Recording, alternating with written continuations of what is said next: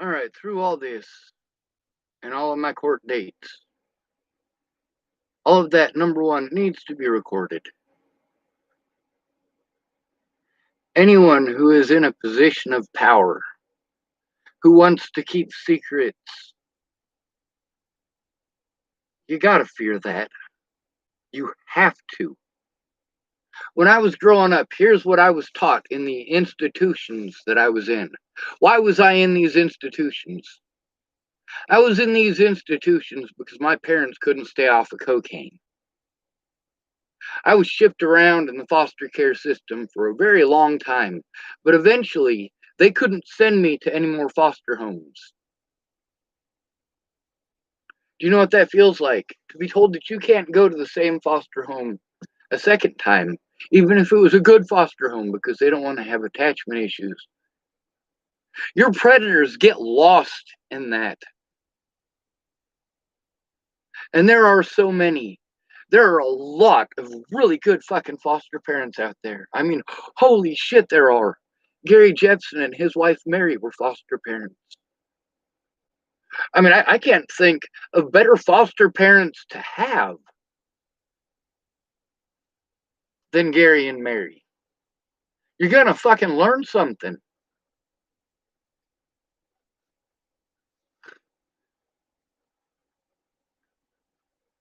A lot of people, they think that autism means that we're mentally retarded. There's a few different disabilities that you classify into that group. You know, you have the classic, well, like Donald Trump did. Man, that was the entire 1980s. People saying, hey man, can you bite your ear? Bite your shoulder, man. They go, haha, you look like a retard. You're such a swell feller. Kids are mean, right? Most of these kids learn this shit from their parents.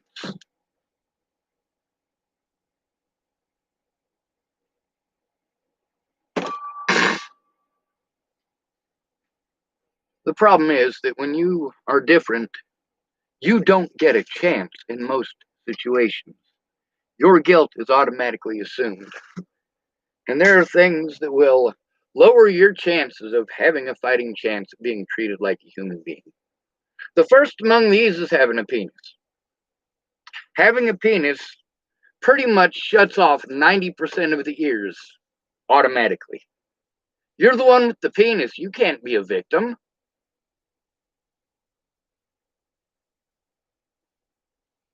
And then it depends on which group. There's a lot of groups of people that think that they're more victimized than everybody else. They've taught their children, as they were taught by their parents, that everything bad that happens is the fault of this group or the fault of that group. It's white people's fault. You know, a lot of times when I talk about how women are taught here in the United States, I get treated like I'm sexist, or I have people who tell me not all women are like that. Well, no fucking duh, not all women are like that. Just like not all men are like that, which is the whole fucking point to begin with. If you teach girls that it is acceptable to treat a man this way, there's some pretty big goddamn issues. I'm sure Tobe Smith doesn't want me spreading his fucking bullshit all over the fucking world. And I'm sure that Sandy Fromm doesn't want me fucking spreading her shit all over the whole fucking world. But I'm going to tell you this. If Toby Smith were to do the things to Sandy Fromm that Sandy Fromm is doing to Toby Smith, Toby Smith would have been in prison a long fucking time ago. His trial, this has been going on so long that if it had been a man doing this, his trial would be over and he would already be sitting in prison.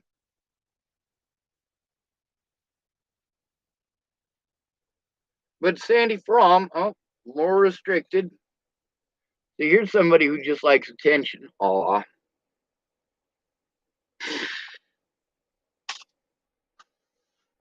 But you see how the cops have treated me over these situations, how they have not taken them seriously. how they have done everything in their power, to force me to break the law or kill myself, because those are the only options that I have.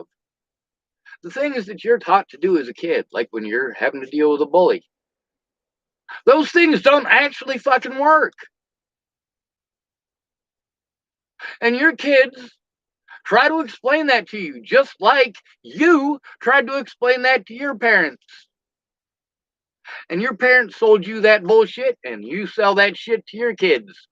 Now, there's a big difference between being a loving parent and being a fucking controlling parent. For a lot of parents, winning is the most important thing.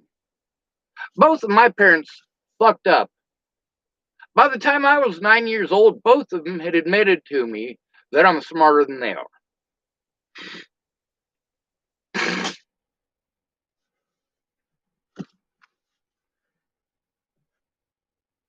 I need to make a video about women as predators. I really do. I've made a few before, and I need to make a few more. A lot of the things that you want to talk about, how statistically, well, let me tell you something. Statistically, every woman that I've seen break the law or do evil shit like what Sandy Fromm is doing, every single one of them has fucking gotten away with it. Every goddamn one. Every one of them. Every single woman I know who has ever stalked a man has gotten away with it. Some of them for years at a fucking time. And the man can't say nothing. He just has to take the abuse. If he calls the sheriff, he's got to deal with all of the bullshit from the sheriff saying, we can't fucking do nothing. No, you're not going to do something because I have a penis. Because by definition, it is your job to do something about this, you son of a bitch.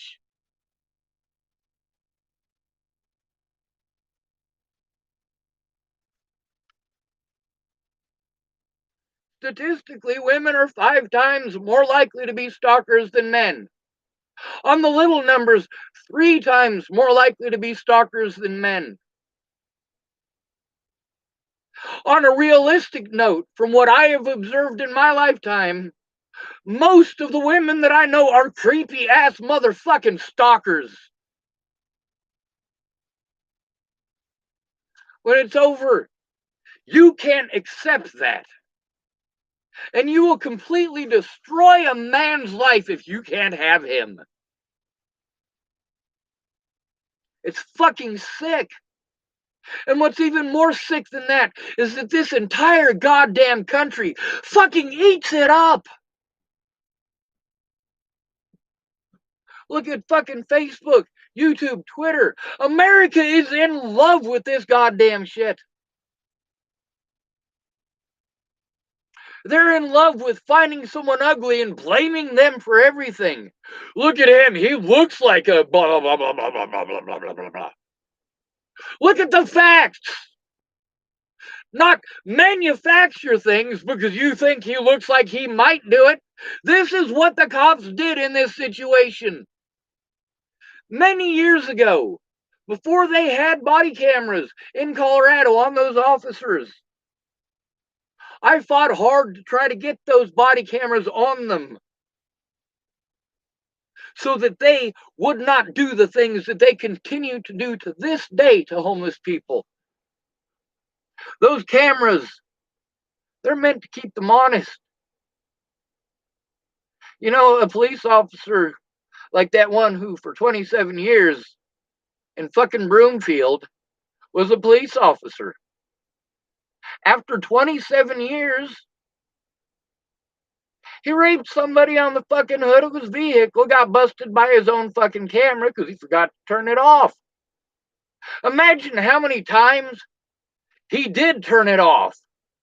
Imagine how many times you have to do something so terrible like that that you get so comfortable with it that you forget to do things like turn off the body camera. How many rapes do you have to commit before your fear of getting busted is so completely gone that you're literally not taking the precautions that prevent you from getting in trouble to begin with? Because that police officer had control of the evidence devices, had control of the cameras.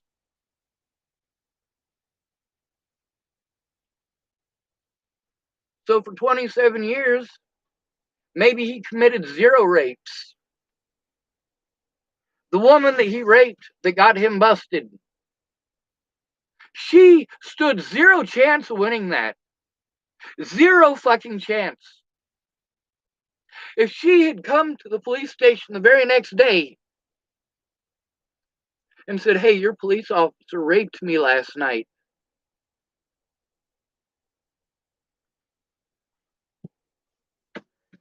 she would have just gotten blown off. Now, because she's a woman, thank goodness somebody cared enough to actually look into it and actually looked at the body camera. But chances are pretty good they didn't look at it on the first call or the second or the third. Chances are pretty good because that woman was called mentally ill. He wasn't giving her a ride from surgery at the hospital. He had somebody called mentally ill in his vehicle who had a vagina. He had a badge.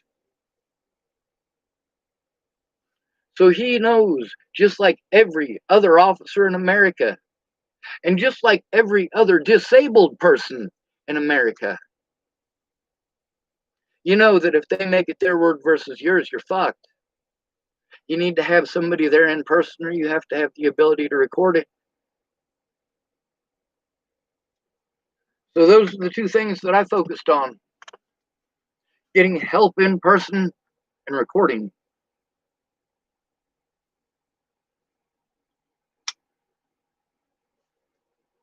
Nearly all of your ideas that you newcomers are going to give me, I was trying those things before Natalie was killed. You're not going to tell me anything new.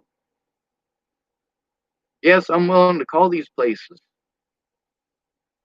but none of these places are going to do anything without someone who's going to act as family and speak on my behalf.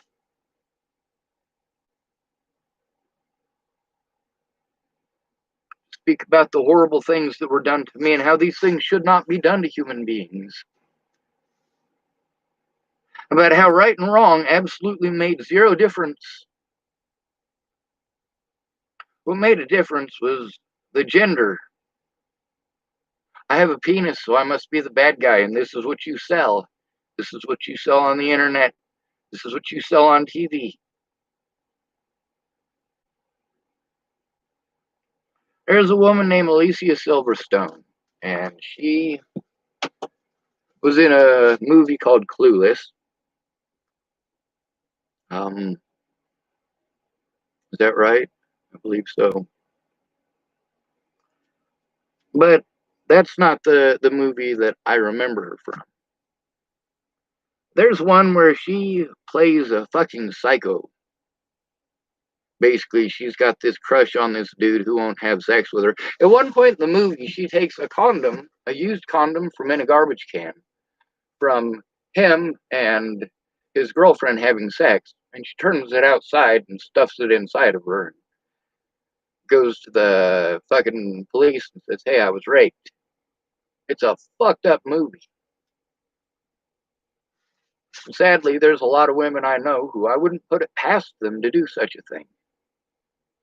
When women feel rejected, it is okay for them to seek revenge and destroy a man's life. He didn't have sex with you when you were drunk, so it's okay to do vindictive shit to him and to lie about him. Terrible lies that prevent him from ever having a chance at a decent life ever again. And you're fine with it. You're so busy hating men. Between me and Ted Bollinger, who is it that should have the protection orders?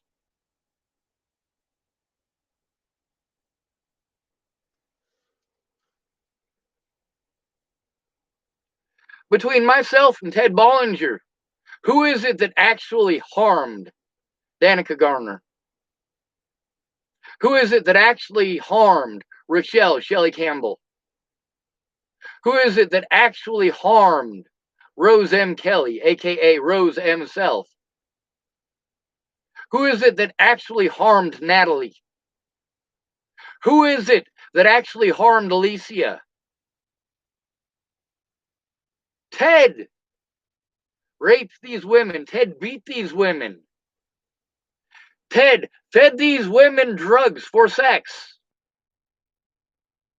Ted assaulted these women physically. Ted, Ted, Ted, Ted, Ted, Ted with the gun, Ted with the meth. His last stint getting busted after driving through multiple states with his daughter Alicia in the vehicle, I am sure just as fucking high as a goddamn kite as he was. And what was the end result of that situation? With him having 18 grams of methamphetamines on a high-speed chase, with his daughter in the vehicle, claiming that he had children in the vehicle and he was going to throw them out.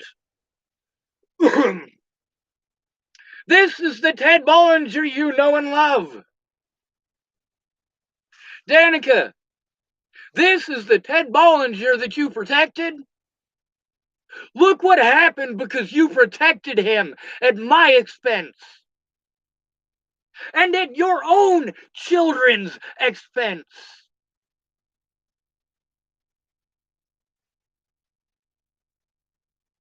And Rochelle Shelley Campbell, you once told me, hey, try to be mindful of what you're posting up. Keep in mind that Ted's kids are going to see this shit. Hey, Ted's kids, your dad's a fucking rapist. He raped your sisters. He fucking sold your sister, Natalie, as a sexual favor to pay off his debts.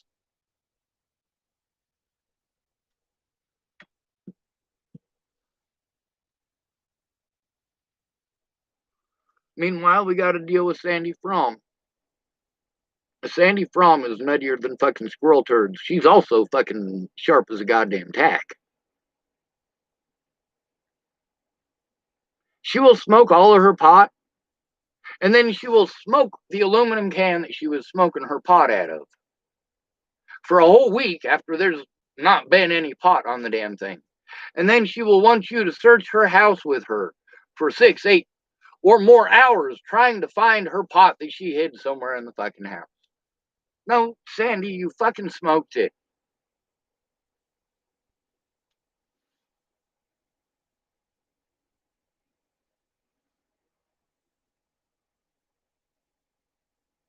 And with as bad as she is with me, the thing that's going through my head is, thank goodness I'm not Toby Smith.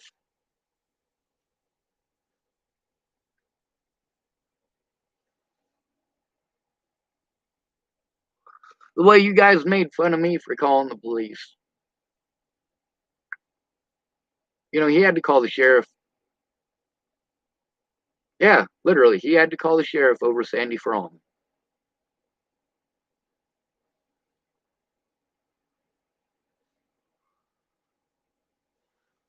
And I'm sure that he doesn't want to deal with the, oh, you're afraid of a little girl? No, she's a vindictive fucking woman. Big goddamn difference. She's also an actual fucking stalker. It's not like Tobe is making up lies about her and people are actually assaulting her over those lies, including police officers. No, she is in trouble for doing shit that she's actually fucking doing, but she's also not in prison.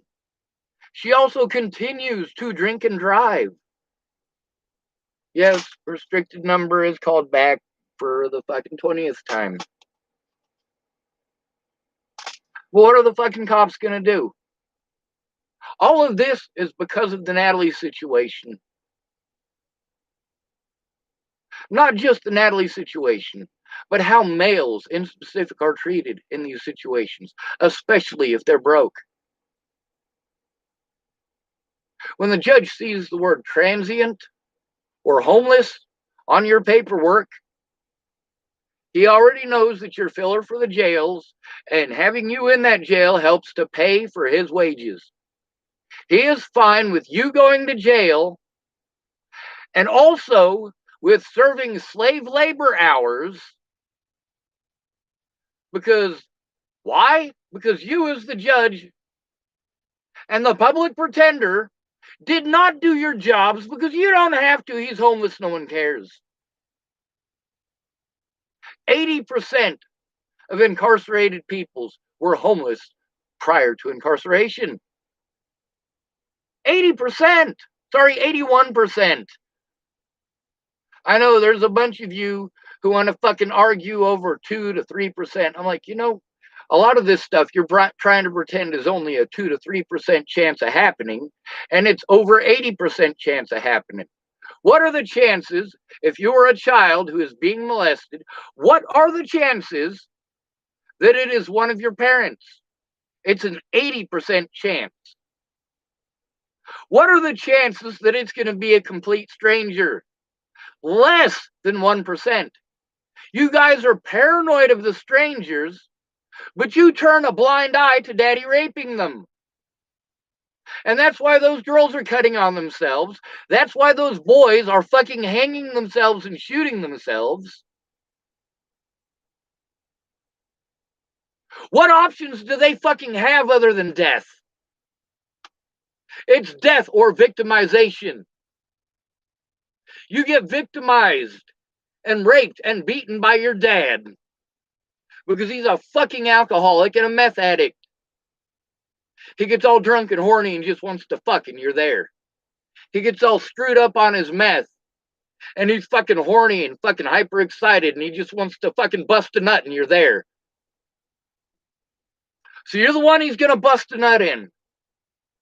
And when you tell your mom, she's gonna treat you like you're a fucking liar because she's in love with him, or because she can't pay the bills if he's not there. She's tied into a fucking 30-year agreement to buy the house with him, both of their names on the signature, and she earns half as much as she's going to need for that fucking mortgage, not counting having to come up with somehow everything for you guys to eat everything at fucking school lunch.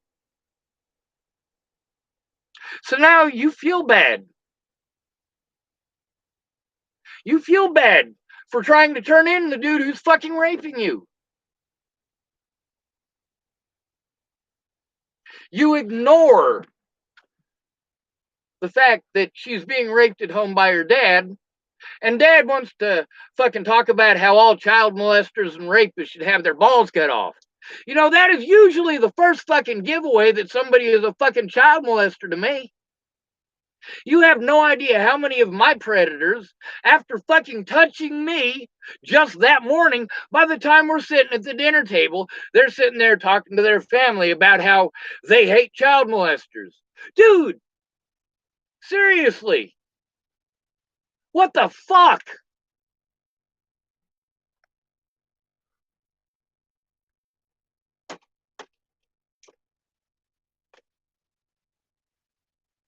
Some of my predators, they're not the common ones. They fit in the 6% that are basically non-relatives that you know. Because although 80% of the time it's going to be one of your parents who molests you, the majority of the rest of the time it's still somebody that you know. Might be your doctor, might be a local sheriff's deputy, might be your fucking teacher, might be your best friend. But most of them are other relatives. 80% of the time it's one of your parents. And then you've also got the times when it's your brother or your sister or your aunt or your uncle or your grandma or your grandpa. Man, when they're put through this, they kill themselves instead of cut on themselves for a reason. A girl cuts on herself because she's trying to get help. You say she's cutting herself for attention. Yes, it is for attention, 100%. She needs your help to stop the abuse. When she tries to speak up, she's fucking stuffed in the corner and told to shut up. Or, I'm sorry, that's not my job.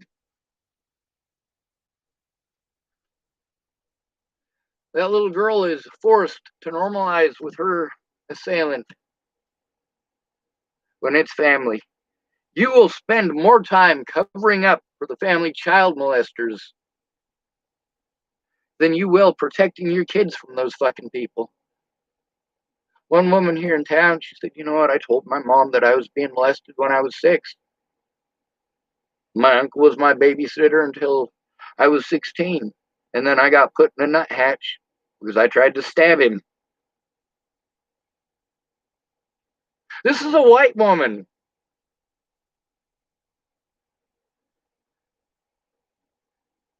Centoya Brown killed her assailant. This woman in town, she got to deal with the fact that her assailant is free. He's free to do this to other people. When she tried to tell on him, like, seriously, it's like when I tried to tell on Officer Hahn and the things that he did. After I tried telling on Officer Hahn, almost every time I had to talk to cops in this town, Hahn was there. This is one of my fucking predators at this point, who I am trying to turn in, and he is the officer present when I am trying to turn him in.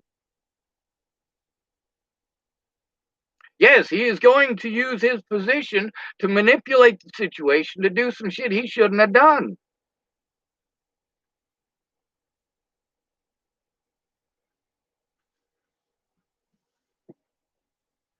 And every time I tried to turn these people in, I get the it's not my fault or I didn't do it. Well, hold on a second. I'm trying to turn in criminals, not blame you for the crimes. I'm trying to get your help with stopping these crimes, with investigating these crimes and putting a stop to these crimes, because I am tired of my only recourse of action to be to break the fucking law.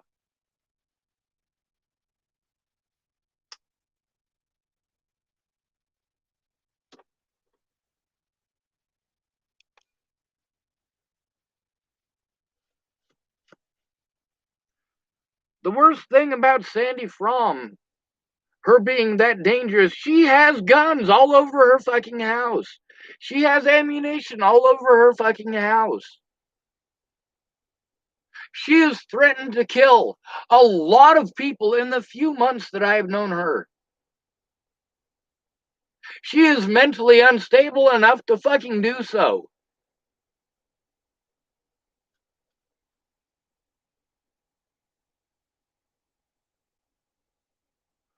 When she goes manic, it's nothing at all like when I go manic, because when I go manic, I'm not actually going manic. I am responding to the stimuli in my environment. You know, the worst thing to do to me in all of these scenarios was to fucking seclude me. And in every one of these situations, their idea of helping me was to seclude me. Not just to seclude me from my loved ones, but in these institutions, they even secluded me from the staff members. They just lock you up and leave you the fuck alone. You're stuck in a fucking room with nothing. You're not allowed to, you're lucky if they'll let you have a fucking crayon to write with.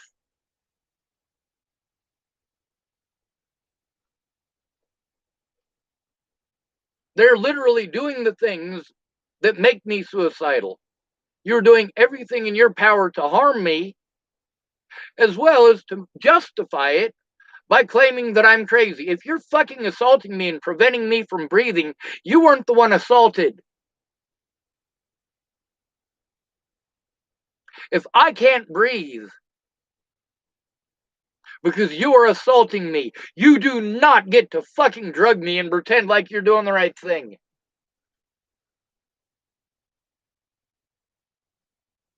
That little girl, when she starts cutting on herself, the first thing you do is send her off with a fucking tag. The mentally ill tag is a fucking toe tag. It is a goddamn death sentence. Those of us who have lived through that hell in our youth, we can't look away. We don't have that fucking luxury. We do not have the luxury of pretending that this is a fantasy in somebody else's head.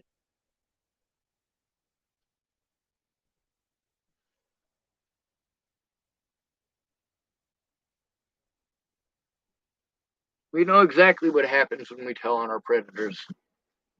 Law enforcement victimizes us. The hospitals victimize us. They use us as fucking guinea pigs to test out their new goddamn drugs. Some of those kids, most of those kids, ended up more fucked up leaving those institutions than when they went in. Those drugs are fucking horrible.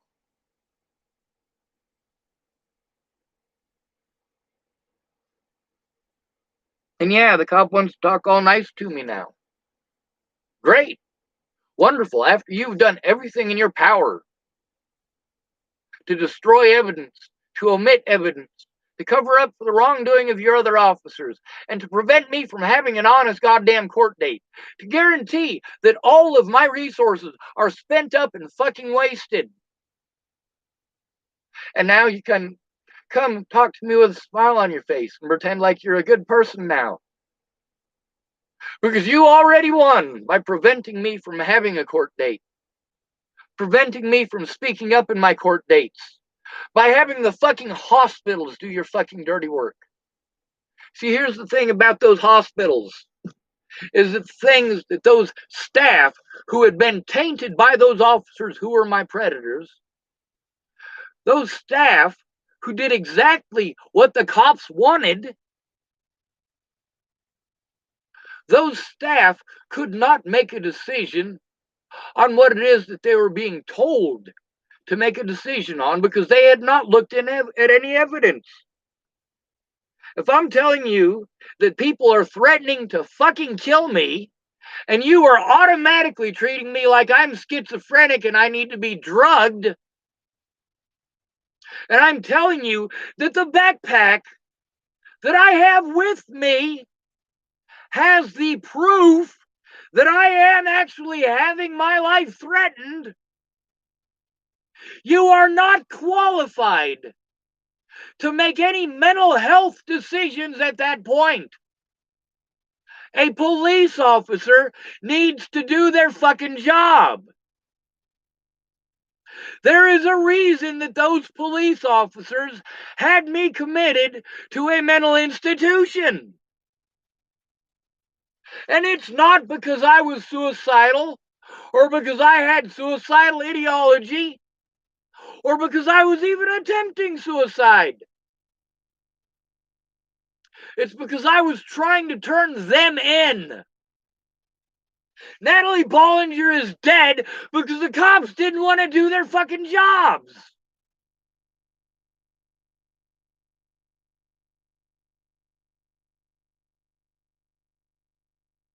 I am glad that Natalie is dead. Her pain is over. She, unlike me, doesn't have to go through this. She, unlike me, is fucking guilty. Her and her friends had to gang stalk me to get the reaction that they used to pretend that I was stalking her. You want to pretend that I called her a cunt because she didn't have sex with me. Look at how many people I called a cunt in between when I left Virginia and when Natalie ended up fucking dead. Look at how many of them are dudes.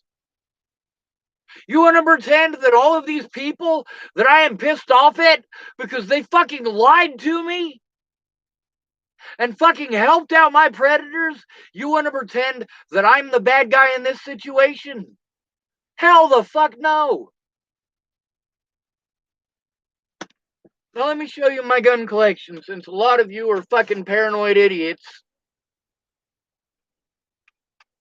This right here. This is the Humorex Rect. First thing we're going to do, we're going to point the barrel down.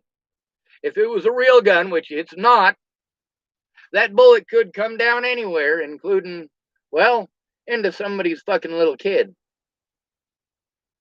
You never know, especially if you're in a highly populated area.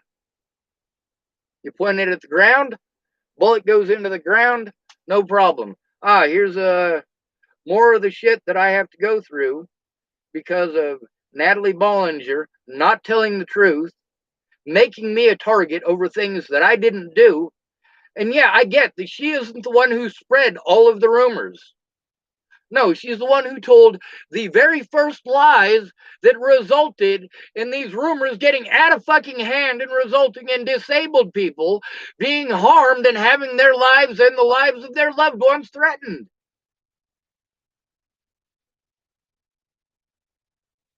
Restricted. Holy fuck, it's just a bunch of goddamn restricted.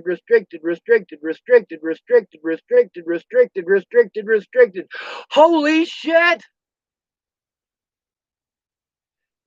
And what did they do?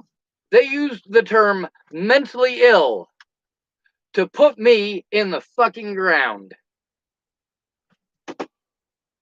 That is my fucking toe tag, same as it was Natalie's. You know, I begged for someone to fucking kill me for an entire year before Natalie was killed over this situation. But you don't want to hear that. That doesn't fit in with your Sean was just pissed off because some underage girl wouldn't have sex with him. She wasn't underage. She was a legal adult. Before that, we did not hang out. She hung out with some of the same people that I did. She hung out in the same area as some of my loved ones did. Because she was selling drugs for her fucking dad. Her and her twin sister. That was when they were 13 years old. Who is their predator? Is it Sean Schwartz or is it Ted Bollinger? By this point in time, Natalie is already scarred up one arm and down the other. And she's got cuts on her fucking legs. And she's always friendly and always talks to me. And I always scoot along and mind my fucking business because I don't want to deal with fucking kids. They're trouble. Here in Chapel, Nebraska, you can be friends with kids. You can. If you're friends with Miss Jerry, yeah, you're probably going to end up being friends with her kids. Especially if you're somebody like me. I am a fucking pretty badass motherfucker. I really am. And I love those kids, and I love Miss Jerry. Man, Lana is a manipulative cunt. Not my problem, not my issue. Not my fault.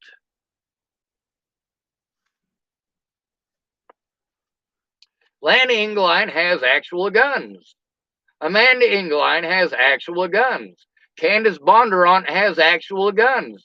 These are all people that I got rid of when I was in Virginia. I was done with them.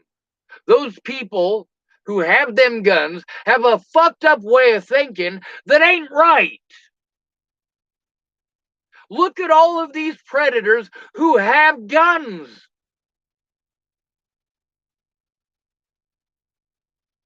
The laws only keep the honest man honest. See, here's the thing. I've been in a mental institution. I'm not allowed to have a real firearm. Natalie Bollinger has been in a mental institution. She's not allowed to have a real firearm. But she had a real firearm that she intended on murdering me with. I didn't even know what fucking state she was. I thought she was in fucking Virginia. And here she is, her and her fucking predator. The man who fucking raped her. and fucking molested her. The man who stole her dog and held her down. The man who actually was calling her while I was in Virginia. She had to cancel a lot of the stuff that she had planned to do with me. Her plans. And she had to cancel them because Tim Beeson was calling her up and threatening to blow his goddamn head off because he wasn't getting no pussy. See, holding her dog hostage didn't fucking work. Mr. Restricted again. Or Miss Restricted, who knows.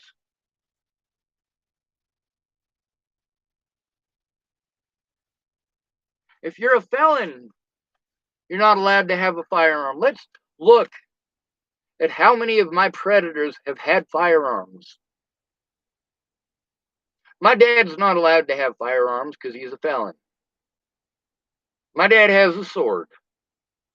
It's probably not going to do him much good jumping out of bed in his fucking underwear with that fucking sword if there's an armed assailant, but whatever.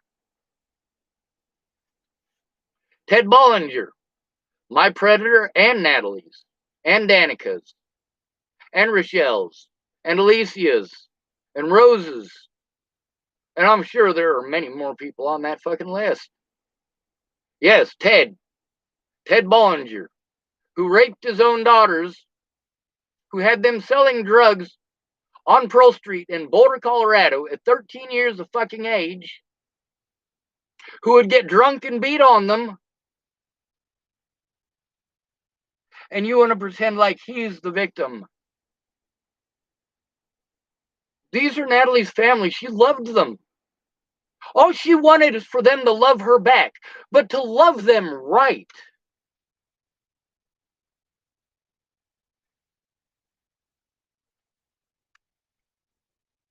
You can't love your daughter right if you're fucking her. Meanwhile, the most commonly watched porn in the United States is incest porn. But there's something I want you guys to look at. I want you to understand the fight that I am fighting. I want you to type in the words rape snuff in your browser.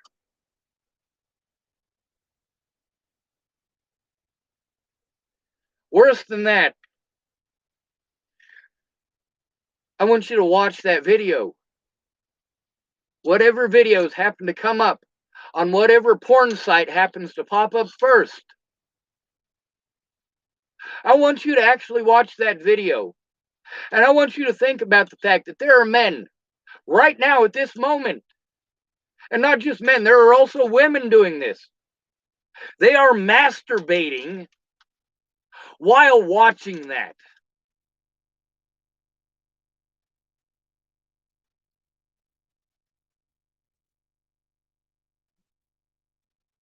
There are a lot of these porn stars. People tell me about them. They say, hey, man, there's this fucking porn star. She is so fucking cute. You know, I like them tiny women.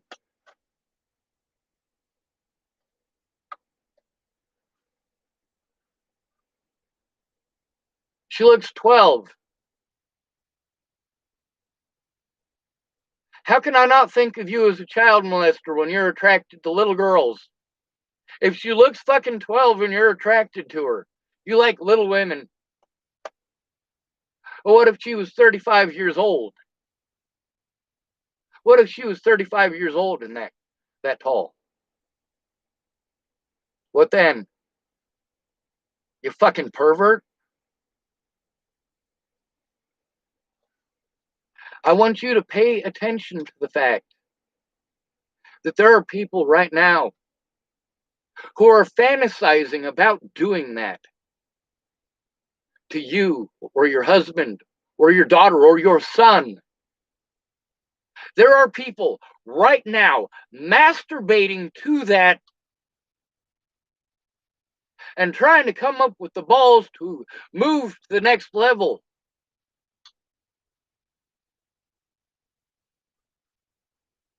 What are some examples of people who have moved to the next level?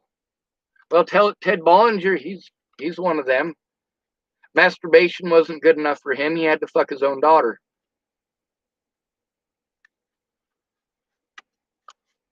All right, first thing we're going to do, we're going to pop open the dust cover, and we have to do it this way because it doesn't work the same way as a real AR-15 M16. But you see there's nothing in there. We'll do a brass check. You stick your finger in there. I don't feel any fucking bullet in there. And yes, I know it's a Nerf fucking bullet. And yes, I could feel a Nerf bullet in there if it was in there. This right here isn't going to do me any good as personal protection. It looks like a toy. It's not going to intimidate anybody.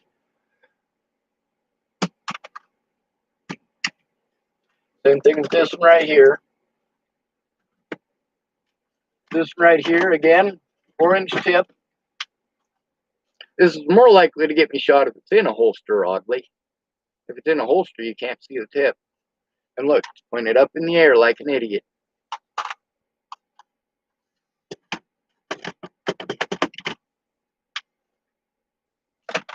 This right here, bright orange tip. You cannot check inside of the action.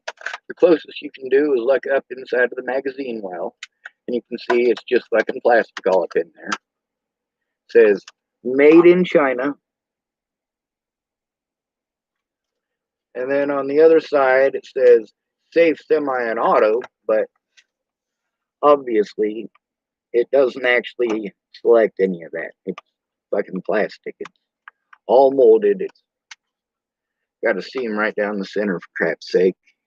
You know, obviously.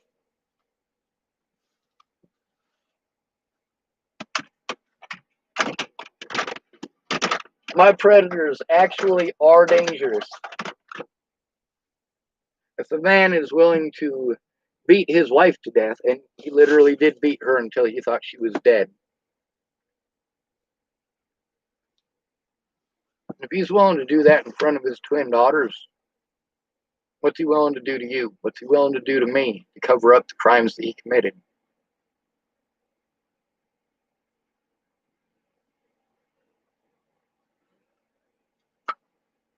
Mm.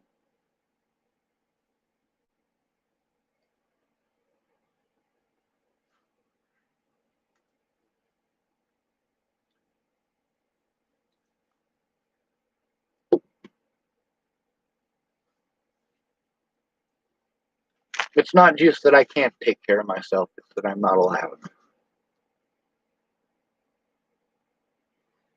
All of these situations all tie in together like dominoes. Each one of these predators getting away with what they did. My predators all have guns. The ones who are not allowed to have guns have guns. And you say, hey, Sean, you know, if you hadn't broken the law, hold on a second here. My life and my loved ones' lives are at risk from actual predators who have actually done these things, who actually have firearms, and actually have repeatedly threatened me. And you want to pretend I'm the bad guy 7 months later when I finally threaten people back. Hold on a second. You need to back the fuck up. You need to look at 7 months of me trying to get help before having to do something so desperate. Take a look at how much mentally ill treatment I got after being made a target because of the exposure by the news. In addition to the cops wanting me to be guilty, wanting to be the ones who got the fucking evil Sean Schwartz. And Boulder, yeah, you goddamn right, they wanted to take that. You goddamn right, Boulder, Colorado wanted to go, oh, well, we could probably try to make it look like so that, yeah, we could probably frame him up as if he is a violent person. We know that he isn't. Every fucking cop in Boulder knew that I wasn't a violent person. Every fucking person in Boulder knew that I was not a violent person. There was not a single person in Boulder, Colorado, other than my older brother, who had ever seen me fight for years.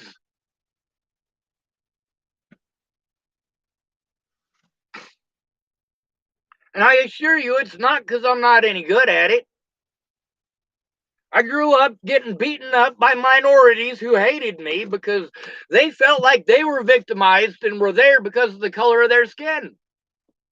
But instead of taking it out on the actual people who did it, fuck, I'm white. I'm a perfect substitute. I got a beard. The dad who raped you got a beard. You have to normalize with him because you got to live under his roof. But you want to take it out on somebody. I'm a perfect fucking substitute for your dad, aren't I? I got a beard.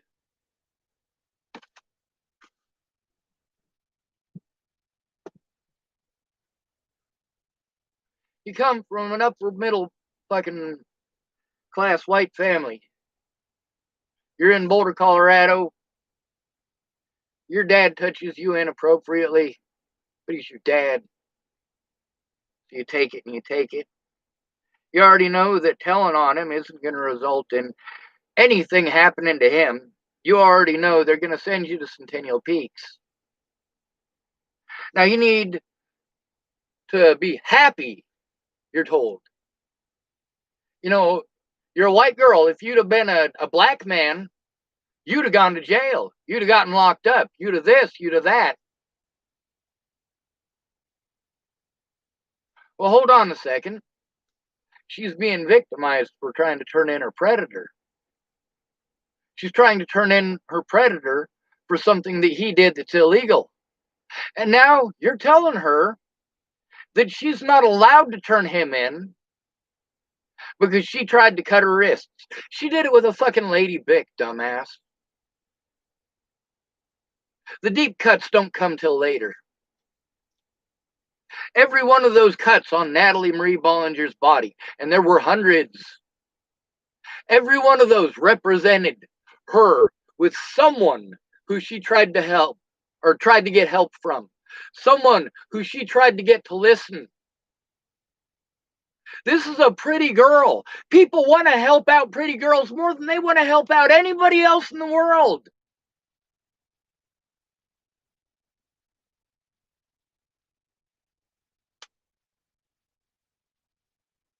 She needed someone to speak up and to do something about it. Alicia Bollinger is just as responsible for those cuts on Natalie. Her mom is just as responsible. Both of her ex-stepmothers are just as responsible. Because they all knew, and by their own admission, yes, I have fucking evidence of that too. By their own admission, they knew. And they did nothing. Who did do something? Oh, yeah. The innocent man who was being treated like he was the Ted Bollinger. The innocent man who was being treated like he was the Tim Beeson. Jeremy Zambrano typed hi. Hi, Jeremy. I hope I got your name right. I hope I didn't butcher it too much.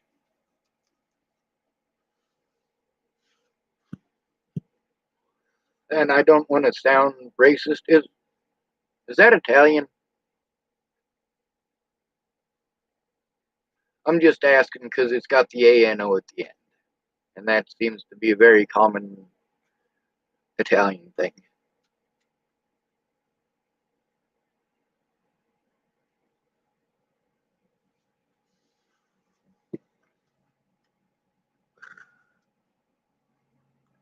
What I'm trying to do is to show the truth for myself and for future generations. We need to change the laws now. And we need to have them enacted as intended.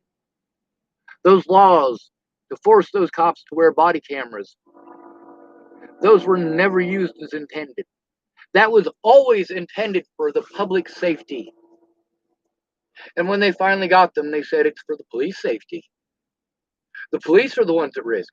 Hold on a second. These are the ones with a position of authority that is easy to abuse. With great power comes great responsibility. If these people are not responsible enough to be comfortable having it recorded, they shouldn't have that job. And this all comes back to the things that they teach us as kids.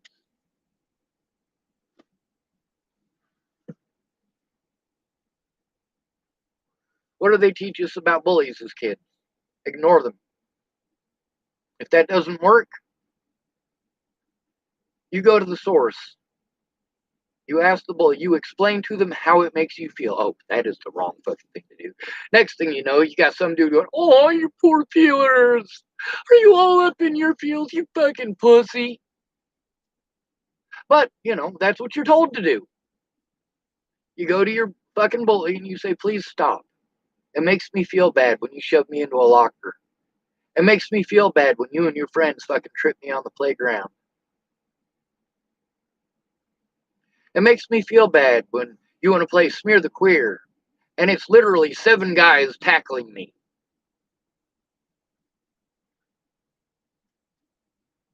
So then, if that doesn't work, what are you supposed to do? You're supposed to go to an authority figure like a cop or a teacher or your fucking parents, for God's sake. Well, what happens when you go to the police about your dad raping you? Oh, yeah, you're in a mental institution.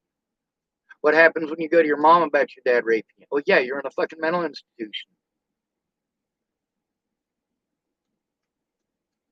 What happens when you go to your teacher? Sometimes the teacher calls the cops because they know that they have to. If you are being molested, tell your fucking teacher. That is the person you need to tell. You need to tell a teacher. A police officer is not going to do their job for you. But they will do their job for somebody in a professional status, like a teacher. A nurse is not likely to do shit. Teachers are a lot more likely. Jason Griggs typed, is someone watching him? Jason Griggs typed, is everything okay, Sean? Dude, are you paranoid because I brought my guns off the wall? They're fake, dude. This one right here shoots plastic fucking pellets. This one right here shoots Nerf darts. I got a cylinder here for something that shoots caps, but I don't have the thing that shoots out the caps. It's just a fucking cheap piece of plastic. Is everything okay? No, it's not okay. People are dying. The predators are getting away with it. My predators have guns, guys. Not toys. Not tools for training. Guns. Natalie Bollinger had a gun with the express purpose and intent of murdering me for telling the truth after over a year of fucking abuse. The man who started fucking her when she was 14 years old. 14 years old. Tim Beeson started fucking Natalie. 14 years old. He was a fucking adult. Well into his being a fucking adult.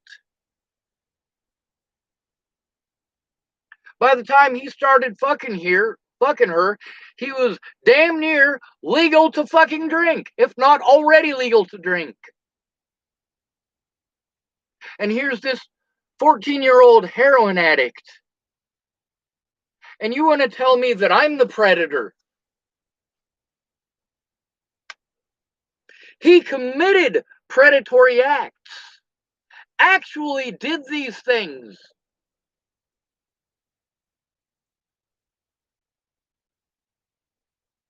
A lot of my heroes fell from grace. Mobley, he stopped being the White Knight, the night that he headbutted Brianna Hernandez Cordona, he headbutted a 17-year-old girl.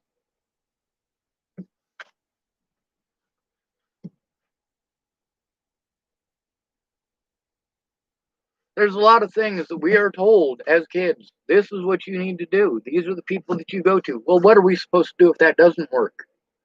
What are we supposed to do if those predators have fucking guns?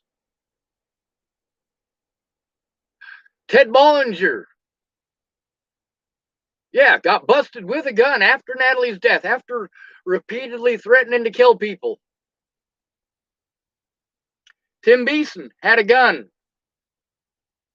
Wanted to kill me with it. Had threatened repeatedly to kill me with it. Natalie Bollinger had a gun for murdering me with.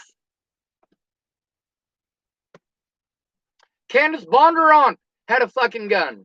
And at first, she's like, you know, if any of these predators come through my door, I'll protect my daughters. I'll shoot them right through the eyes with my 45. Candace, who is it that came to your house and intimidated you? Was it Ted Bollinger or was it Michael Beard? That's right. It was Deputy Michael Beard. Imagine that. White Wolf typed, I had a homeless friend who used to live at 47th and Santa Fe on the river. His name was LC. He was a genius that got messed up by his father. Yeah, that happens to a lot of us. Thank you for joining the conversation, White Wolf. Beware the rich wolves. That's the advice that Natalie gave me about her family. Beware the rich wolves. Are they really rich? Actually, they appear to be. You know, right when Natalie disappeared and there were people who were wanting to help me, it was my friends. My friends. But by friends, I got to put it in bunny ears because Candace, I stopped being friends with her and cut her off while I was in Virginia visiting Natalie. Because Candace, turned out, had been extremely dishonest with me and done some very fucking shady shit. The fact that she did it, that exact same shit again, after Natalie was dead.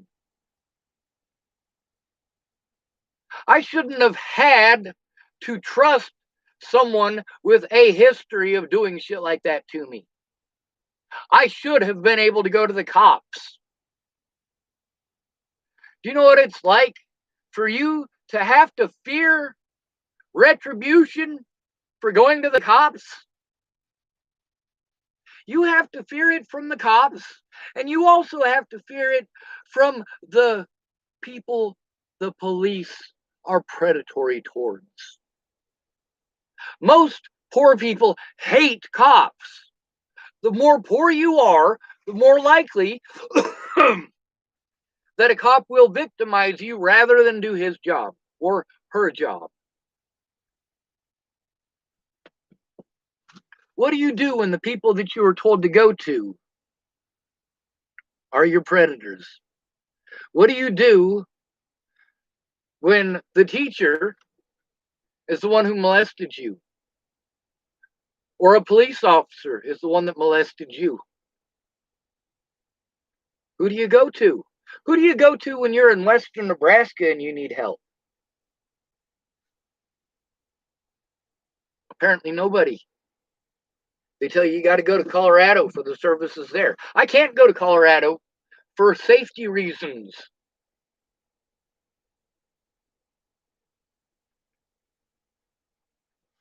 And because I don't believe a goddamn word that they said about me not having warrants there now.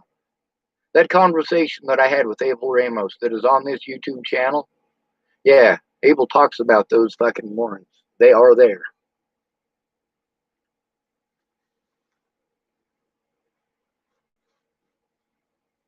The cops did everything in their power to cover up the fact that,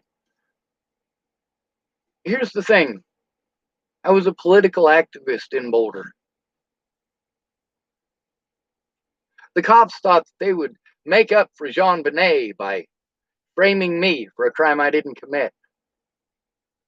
It didn't work out so good because the cops in Broomfield caught the actual killer and made Boulder Police Department look like a bunch of fucking idiots.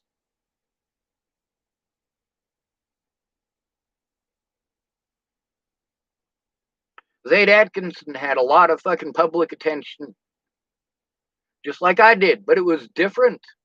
Why is it? Because you painted him as a victim and me as a predator. He is a victim because of the color of his skin, and I can't be victimized because of the color of mine. You pretend that Natalie was the one who was victimized and stalked because she's a female. Meanwhile, I'm the one who was actually victimized and stalked, but I can't be victimized or stalked because I have a penis. And this is the rhetoric that people want to continue to sell to this day.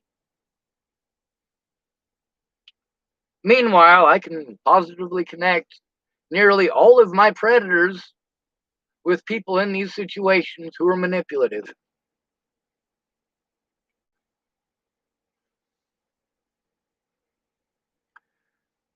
There's also, they tell you to leave the situation. How many times do you have to leave the situation and have it follow you before somebody needs to get the fuck involved?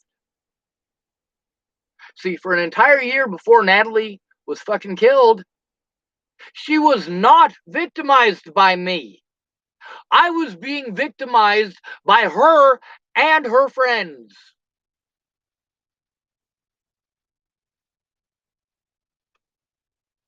And it doesn't matter how many times I show the evidence of that.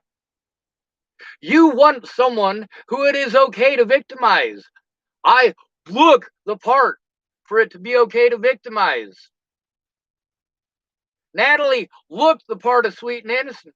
She didn't look like a full-blown heroin addict, did she? She didn't look like a meth addict, did she? She painted that fucking makeup on by the goddamn gallon. Obviously, she was looking for attention. She was looking for the wrong kind of attention.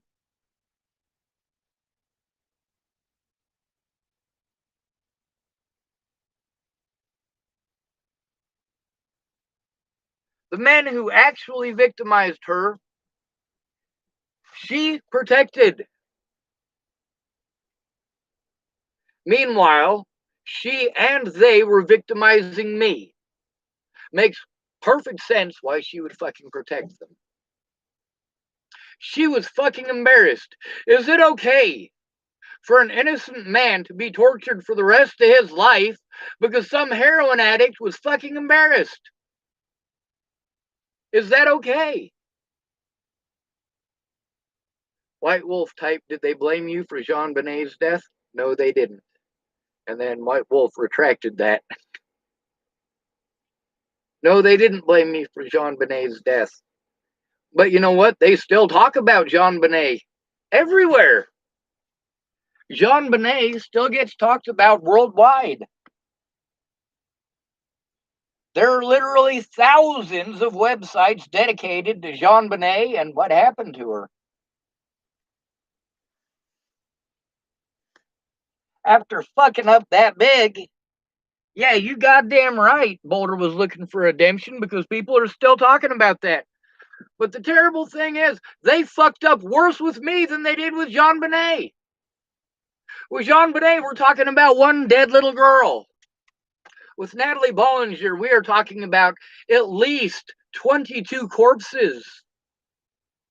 22 dead people, specifically over the situation with Natalie Bollinger.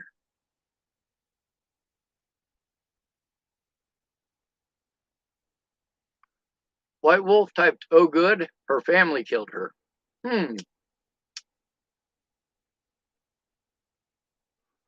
Who's the first person they tried to blame in the Jean Bonnet case? Their first suspects were the homeless. That is always their go-to. Whenever a crime is committed and you don't know who did it, you blame it on the homeless. Must have been a transient. There was one woman, she was telling me about a guy who fucking got out of the vehicle and tried to rape her. He didn't actually succeed, but he tried and she got away. And then when they fucking put out something about it, they were saying that he was a homeless man. He wasn't homeless. He was nicely dressed with a very nice car. And she said, you know, the most fucked up part isn't what he did. The most fucked up part isn't what that man tried to do. The most fucked up part is what the police did afterward. Always trying to blame it on homeless people.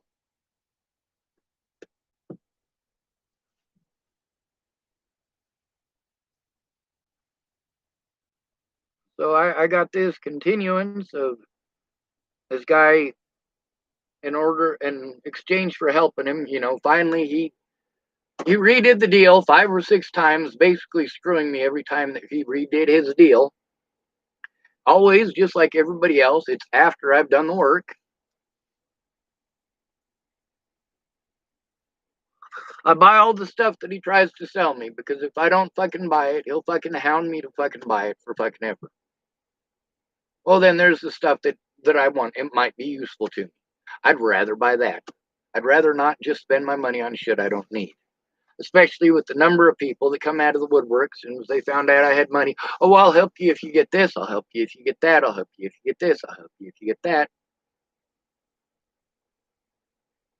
Meanwhile, I'm having to protect myself and defend myself against actual fucking predators. That money needs to go to getting me a fucking place of my own where I can't be victimized. But I'm busy spending this money to make people happy so they'll help me how they said that they would. Or at least so they won't get angry and fucking throw me away like trash. All right, I bought your stuff. Will you be nice to me again? I bought your stuff. Will you stop bitching at me about Sandy?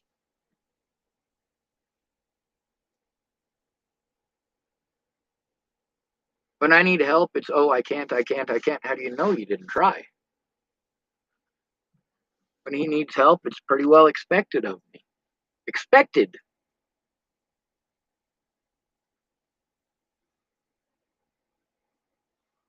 And no, I don't mind going and sitting in the vehicle while you do whatever it is that you need to do. I don't mind checking the gauges and making sure it doesn't overheat. I don't mind doing that, but I got my own stuff I got to do. When I go over and hang out, you know, the stuff that I've been working on, you know, that I'm fucking stressed out about, that I'm tired of people giving me advice about who keep telling me they don't care when I try to tell them what's going on. They don't care, yet they want to tell me what to do, what to think, and what to feel. And I'm not allowed to get frustrated. When he gets frustrated about Sandy, I'm the one who catches the brunt of it. Sandy is the stalker, and I'm the one who is supposed to be the adult in the situation.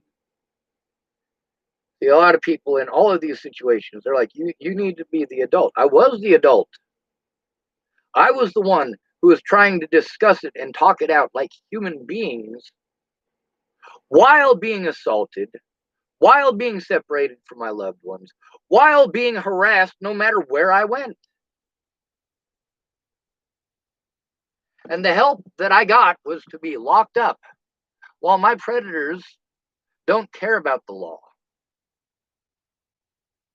Ted Bollinger didn't care about the law when he was planning on fucking killing me with his gun. Natalie Bollinger wasn't following the law when she was planning on killing me with her gun. None of these people were following the law with their firearms. Most of them weren't even allowed to have them. I'm not allowed to have them, but I'm more responsible with a firearm than anybody else I know. Why is that? Well, for starters, I refuse to have one. You can't accidentally shoot yourself with a non-existent fucking pistol. You can't accidentally kill your neighbor with a non-existent fucking pistol. You're not going to accidentally blow your head off cleaning a shotgun that doesn't exist. Basic rules of fucking safety. If there's a situation where I need a gun, even if I had a gun, I would not be able to get that person to pause. Hey, hold on a second. Let me pull out my remote control. I'm going to pause you and your gun long enough to go grab mine. And then to make it fair, I'll unpause it real quick. Really? Does this happen in real life? Every time I've seen it in the movies, I've thought to myself, well, that's pretty fucking unrealistic. White wolf types, just get your own place and don't look back. Please, you deserve that. Walk away and do good for you only. Absolutely not. Do good for me only? Turn a blind eye to these other people whose lives could have been changed. A lot of lives could have been changed if I'd have been listened to in the 1980s. A lot of people would still be alive. And a lot of laws would be working for the better instead of the worse. If the cops had listened to me about the deputies who assaulted me in the jail, those deputies wouldn't have had the opportunity to murder Demetrius Shankling. If people had listened to me about how police use the system and the hospitals in order to cover up for the crimes of their officers, including injecting us with dangerous chemicals like ketamine. If people had listened to me when I told on Clearview, well, there are at least 2 people there at Clearview who were killed after I told on them, who would still be alive. Clearview got shut down. If something had been done about Waylon Lolatai when he was physically assaulting inmates in Denver, he never would have had the opportunity to assault me or to abuse his position to do so. If I had been heard when I told on him, instead of being treated like a fucking predator by the media and by the police, he would not have had the opportunity to assault Michelle Rodriguez. He would not have had the opportunity to assault Sammy Leon Lawrence IV. He would not have been there the day that Zaid Atkinson was treated far kinder than any homeless person gets treated. Oh yeah, but Zaid Atkinson had a roof over his head, so he was given $100 and something thousand for something that happened to him once. And he was well and truly fucking pampered like black people in Boulder are. Boulder is painted as this liberal progressive place. These officers are taught specifically to go after homeless people because that black guy might play for CU football, and we don't need that kind of attention after these rapes were on national television, and after John Bonet was on national television. Yeah, we sure as shit don't need any black kids who are playing football on a scholarship, or baseball on a scholarship, or basketball on a scholarship. We can't have them being victimized. They might be an NFL player someday.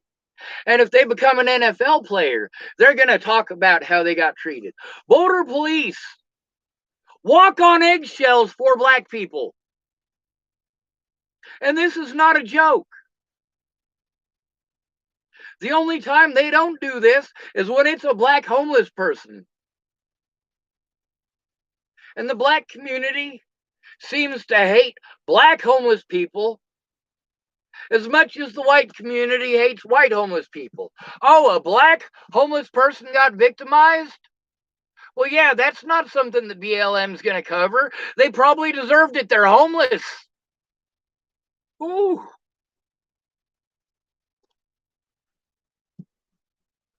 White wolf types, the past cannot be changed. Holy shit, that's some ignorant goddamn bullshit that's going to come after this. But I'm going to read it anyway. No offense, white wolf. The more you focus on it, the deeper you dig yourself into a hole. Quit digging yourself into a hole. Ma'am, that's the most ignorant goddamn bullshit you have typed yet. I already knew that that was going to come. See, here's the thing. You're one of those people who thinks that pretty memes are good advice. My situation does not allow your pretty words to work.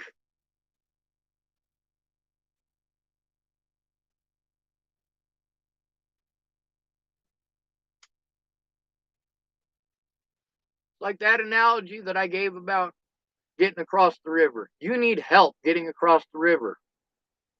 You've seen the river. You've got experience with all of the techniques that somebody is going to suggest that you utilize to cross the river. Your experience lets you know that you do need help with it. You cannot do it by yourself.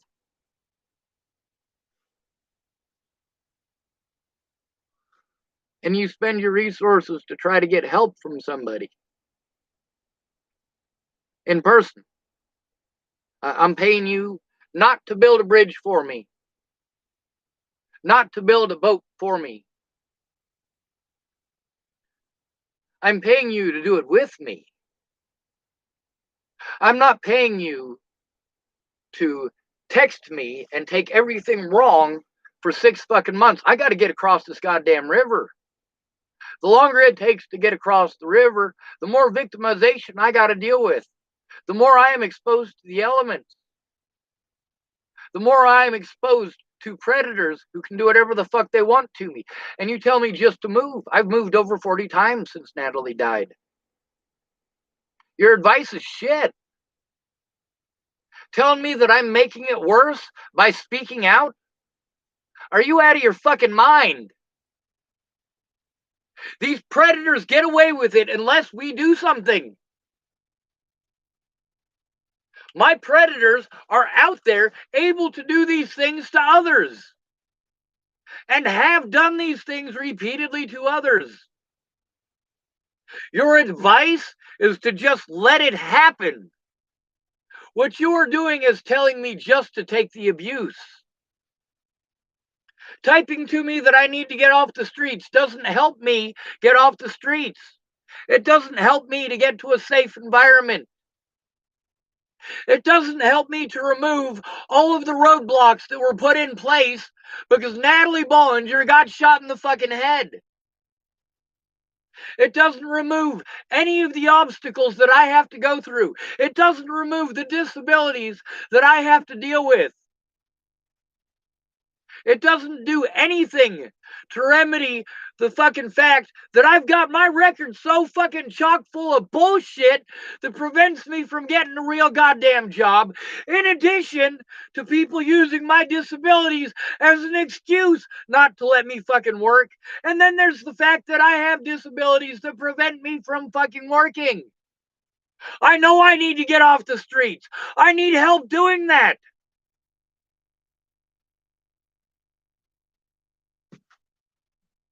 After being victimized physically and financially for my entire adult life and busting my ass to fucking try to pay off the debts accumulated because I had to trust someone like Phil McPhee. I paid him my rent. He was supposed to pay that rent to Big J. He never once paid that rent to Big J. He spent it all on booze and trying to get fucking laid. I know I need to get off the fucking streets. I need a safe fucking environment. Not an environment where I have to deal with people like Cindy Taylor, who is predatory. Not one where I have to jump through a bunch of fucking stupid human trick goddamn hoops.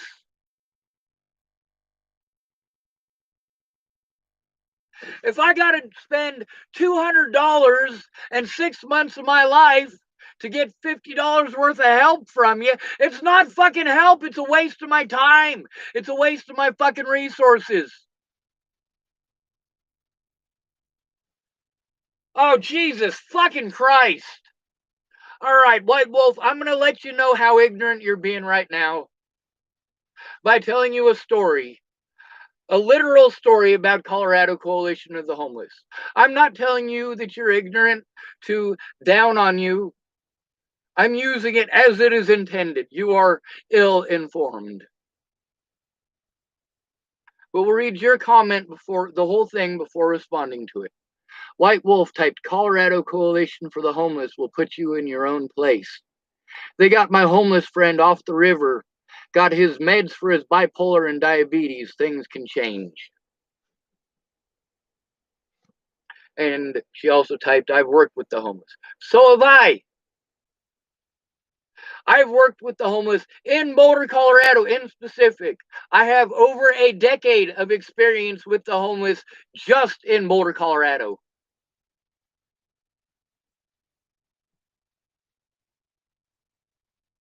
Before Natalie died, I was living with Ken and Leah Plunkett, who were taking advantage of my disabilities and stole my disability money.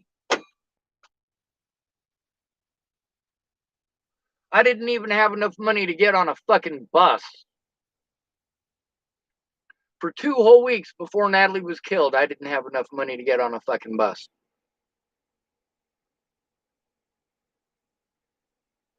Because Ken and Leah stole it all. While that was going on, I was in contact with Kara Heller and Jeff Ritter of Colorado Coalition for the Homeless to try to get help. When Natalie died, they stopped doing their fucking jobs and started fucking hiding like bitches. They didn't get me into a place. They had me jump through a bunch of goddamn hoops for no fucking reason. Why did I jump through those hoops? The fact that I jumped through those hoops was an important thing to fucking show in my court dates. This whole time I've been victimized. I've been trying to get help. There is almost nothing that you're going to suggest that I haven't already tried. If you want to suggest that I go kill my predators like Candace Bondurant did, no, I'm not going to go shoot people. Fuck you.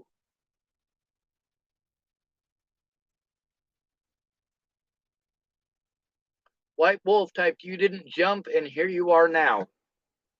What do you mean I didn't jump? I spent 2 years pulling fucking plastic out of my neck because I jumped out of a tree here in Chapel, Nebraska trying to kill myself. Chapel, Nebraska is the wrong place for me to be.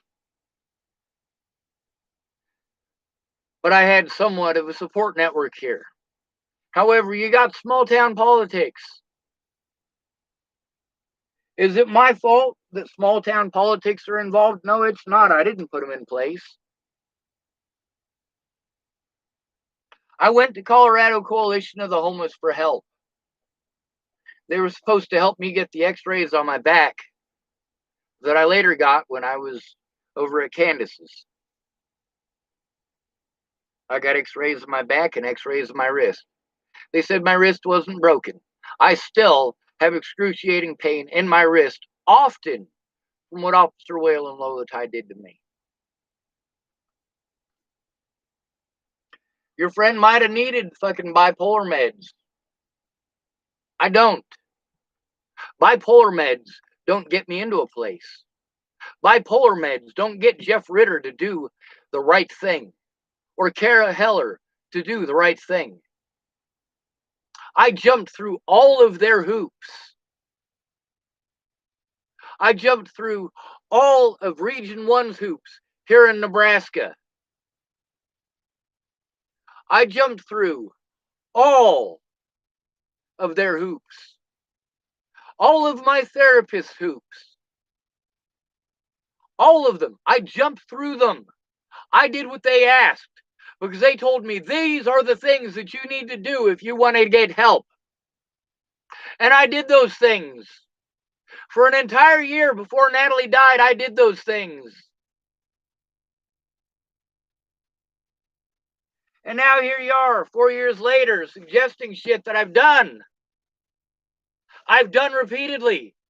I went to Colorado Coalition of the Homeless for help.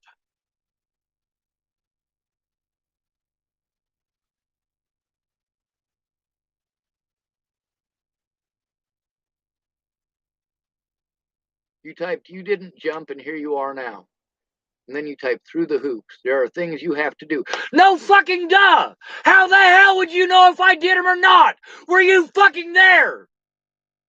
Have you looked at the fucking mountains of goddamn paperwork that I filled out? Were you there for any of those fucking appointments? Were you in the jails with me?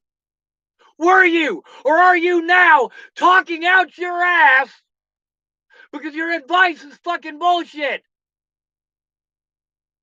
And now, because your fucking bullshit advice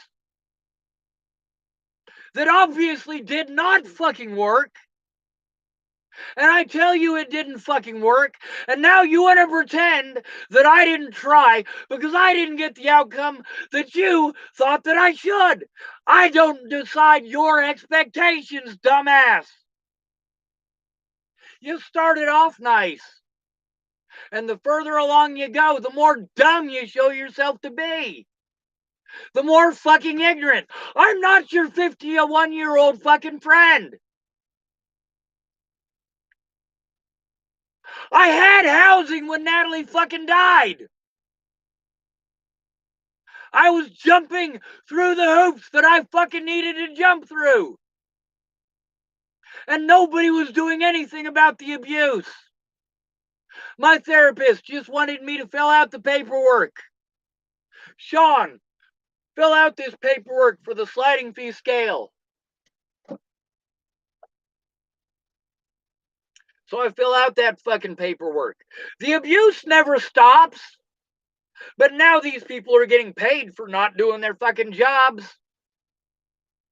Your 51-year-old friend who is in fucking homeless there.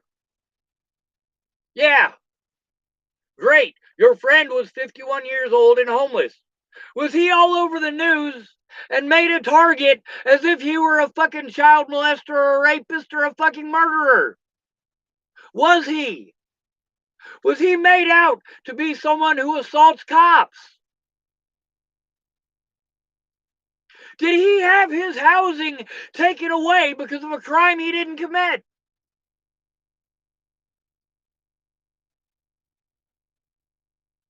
Don't compare me with your fucking friend. Your friend has a fucking cush goddamn position. Can your friend come and see you? If your friend wants to. Or is he going to get treated like he's a child molester on the way there?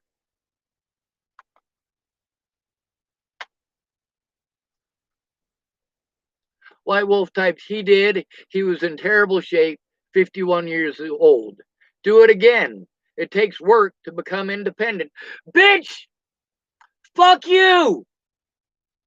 Don't tell me to do it again. I have continued through all of this to try to continue to work with Colorado Coalition of the Homeless. They have refused since Natalie's death. You are not there for any of these situations. Therefore, you have no right to judge the situation. You are doing the exact same thing as these other fucking idiots. You are making excuses for my predators by pretending that I'm not trying, that I did not try, that I did not make an effort. Meanwhile, you were not there for any of it. What part of this situation were you there for other than getting on my goddamn YouTube?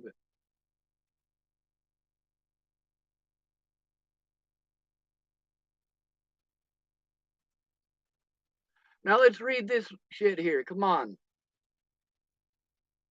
You gave up and put all of your work in the past.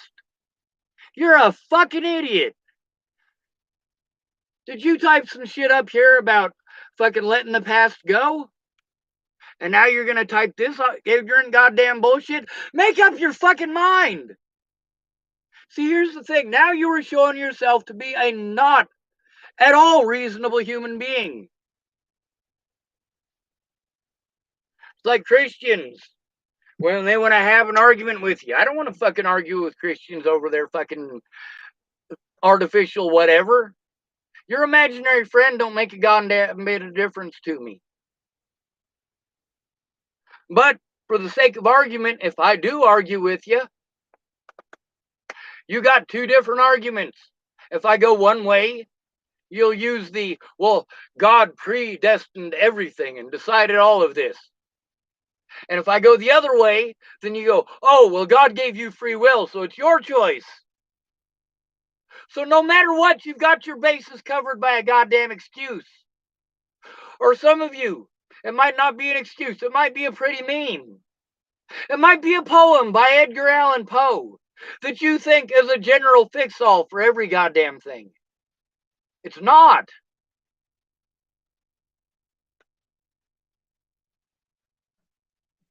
Typing "do it again, it takes work to become independent" denotes that you have made the assumption that I have not continued to do so. There are many calls to Colorado Coalition of the Homeless. Jeff Ritter didn't want to do his job after Natalie was killed. Nobody did. Nobody wants to help you when your name is slandered the way that mine was. And the people who are willing to help you don't want their names coming out because they don't want to be fucking targeted.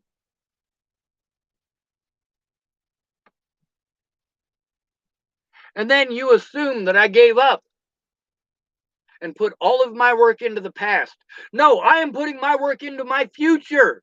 I can't fucking take care of myself no matter how many excuses you make for the Colorado Coalition of the Homeless. Maybe you should go back through these thousands of videos and see how many times I have called these places. Maybe you should pay attention to the fact that because these places didn't do a goddamn thing in the past, I have repeatedly been harmed to this day.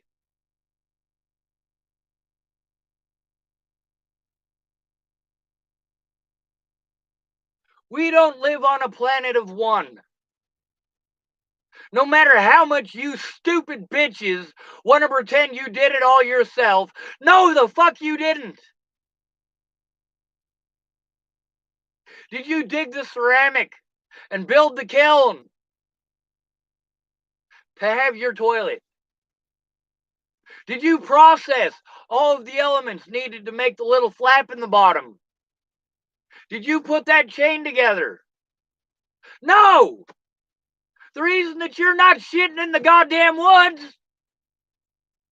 is because there are other people. It's not just you. When I have literally thousands of people ganging up on me over someone I didn't fucking kill because they were fucking lied to, and I have to defend myself against these people everywhere that I fucking go, fuck your goddamn bullshit. You want to give me this? Your friend is proof that it can be done. Your friend is not jumping through the hoops that I have to. Your friend got help, whereas I had mine robbed from me.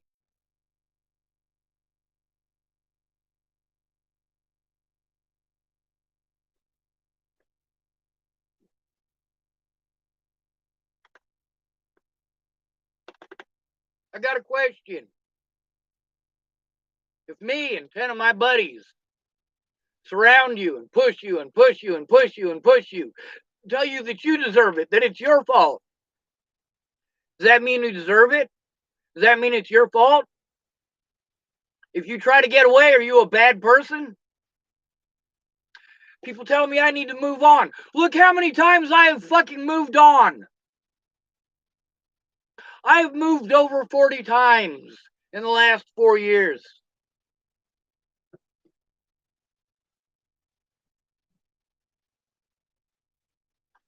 But we're going to read this stuff from White Wolf because it's the right thing to do.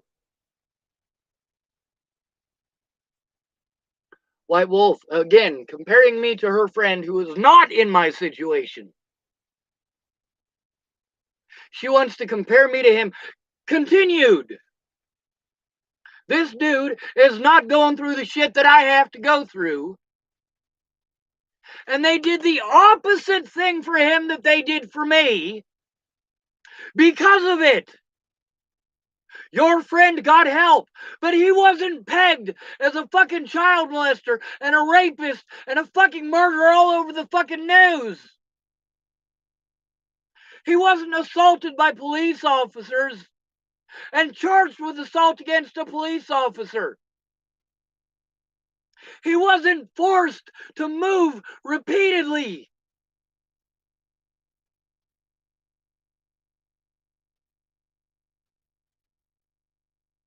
But you want to compare me to your friend.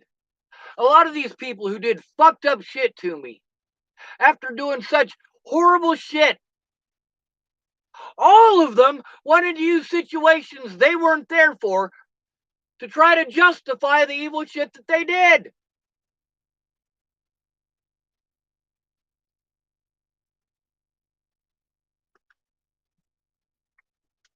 They made excuses for my other predators in order to justify the things that they did to me because they couldn't think of anything at all in their lives that I had ever done wrong to them. Not one of them.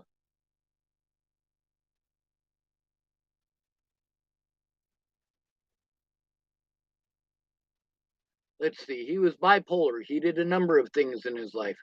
So have I. So did Natalie. We all do things in our lives. But what about quality of life? What you're not paying attention to is all the goddamn roadblocks in my fucking way. Sorry about belching. It kind of sounded like a velociraptor. Or maybe some of you fucking nutty Christians might pretend that I've got a demon in me. Ooh.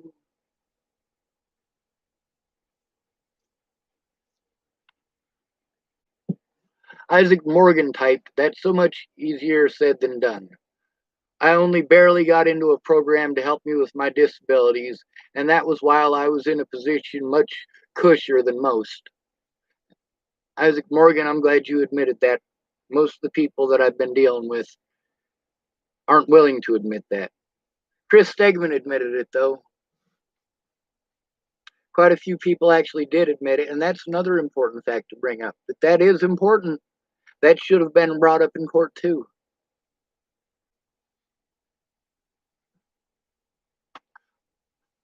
White Wolf type, my friend died in his own place of COVID. He died independent. He worked so hard as you might imagine. Yes, he had to. He absolutely had to. And guaranteed there was somebody like you helping him out. Otherwise, he never would have gotten that help. Christine has been trying to get help getting off the streets for years. She finally did get help. The government ignored her, and it was because of a guy named Alex that she was able to get the help that she needed to get into housing. If it hadn't been for Alex, she'd still be out on the streets, strung out on heroin. Now, at least she's in a place of her own where she can overdose on heroin. She'll at least die warm and happy in her own bed. Of course, it'll be drug-induced happiness. But whatever, right? If you don't know the situation, you're not going to give good advice.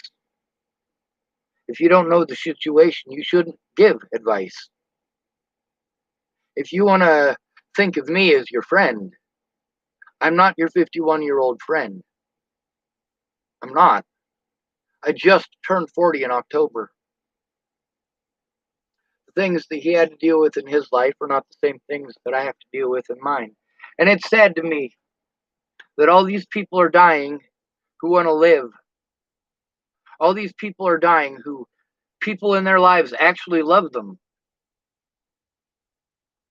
And I want to die because I don't have any of my loved ones in my life. I can't see Miss Peaches.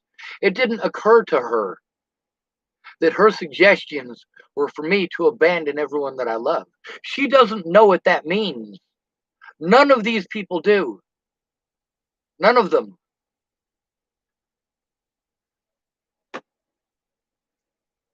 Because no matter what they do, no matter how fucked up things they do, their family is still there for them. If they have an issue with one person in that group, it can be just an issue between them and that one person in the group. It's completely different when you are pegged on national fucking news as a fucking rapist, a murderer, and a fucking child molester, and all sorts of other shit. All of a sudden, you're the target for everybody in America, or worldwide, matter of fact, who wants somebody to take their shit out on. And you guys say you should get off the internet. You know what? I have to deal with this abuse in real life. If I shut up, the abuse will stop? No. If I shut up about the abuse that I'm taking, my predators get away with it. Right now, Ted Bollinger has to be afraid of shooting me in the head. Because if he shoots me in the head, he's going to be a fucking suspect. Same thing with Sandy Fromm. Same thing with Chris Kurth. Just because the cops didn't want to do their fucking job doesn't mean that I don't have to deal with this daily.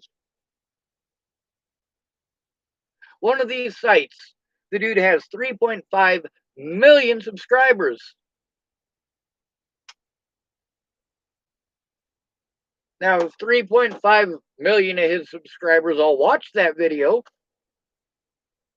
given as we live in a country with 350 million people, that would mean that 1 out of every 100 people just from his site would recognize me. Now, then we got to consider that the city of Denver, this was all over every fucking news channel. There are millions of more people. And then there's the fact that there's Rob Gavigan's channel, and then there's Sword and Scale, which is Mike Boudette's channel, and then there's Heavy D that also didn't give a shit about the truth. Oh yeah, and then there's Nancy Grace Online. Jesus fucking Christ. Did your friend have to deal with all of that? I want to know. Did your friend have to deal with all of that while being assaulted everywhere he went? And having all of his shit stolen? No, he was able to get into housing. I had my housing taken away. There is a big fucking difference between your friend and I. Your friend got help getting into housing. And honestly, I had help getting into housing too. If it hadn't been for Tamara and Brenda Dickinson, for once in my life, somebody actually going in with me, this is the very first time anybody ever had gone in with me to try to help me get that help. It also just happened to be the only time that it ever fucking worked. And why did it work? Because someone went in with me.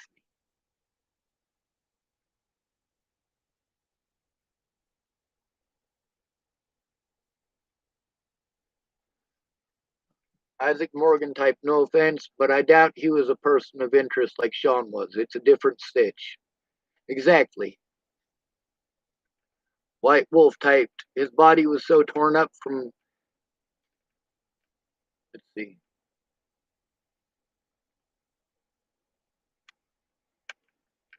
His body was so torn up from being homeless that he couldn't survive COVID. He stands as proof that it can be done, sir.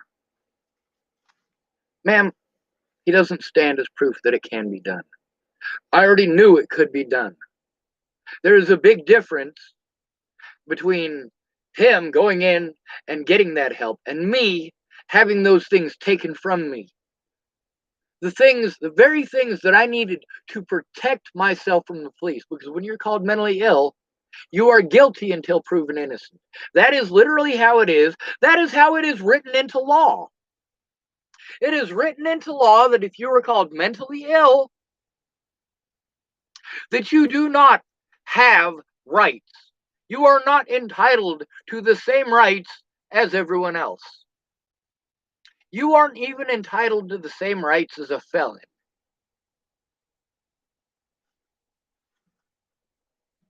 You have less rights than a child molester. Put that in fucking perspective.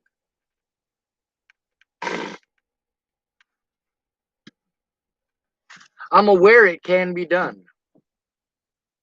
But in my situation, I need help. After all these years of being victimized, my fucking credit history fucking sucks. After having to deal with people like Cindy Taylor, who gets to abuse her position, it sucks for me because I'm homeless. At the same time, people say, hey, if you hadn't trashed the apartment, no, literally, that's all I could do to try to get help. That is all I could do to try to get the police to do something about Sandy Fromm and to do something about Chris Kurth. Now, Toby Smith got his own place. It's not low income. He's higher on the totem pole than me. When he calls 911 on Sandy Fromm, the police show up and do something about Sandy Fromm.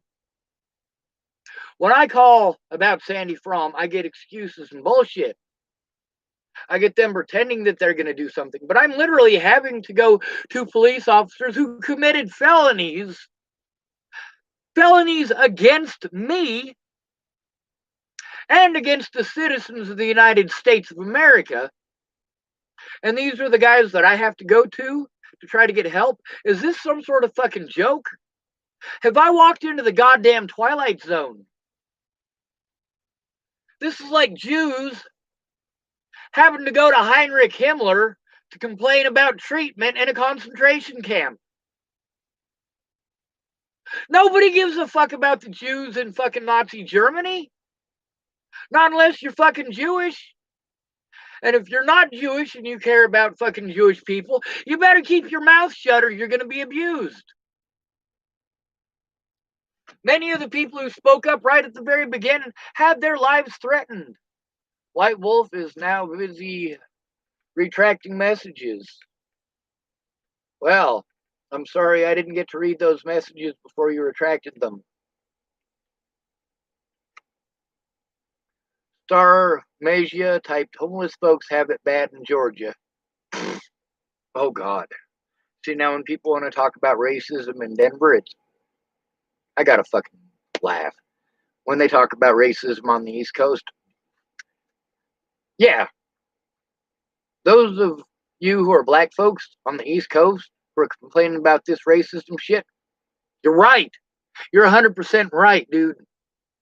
I've been to the East Coast. I've seen that shit. Fuck! Dude, if I was you, I'd move. But then again, you're probably encountering the same situation that I got. No money, and where the fuck would you go? A lot of people, when you're living in a place, and you're like, shit, dude, I'm paying $800 a month rent. I had a little bit of issue with my vehicle. I need to borrow $100 if I can, so that I can fucking pay my rent this month. And meanwhile, it's a friend who you loaned money to that, they promised to pay you back and never did.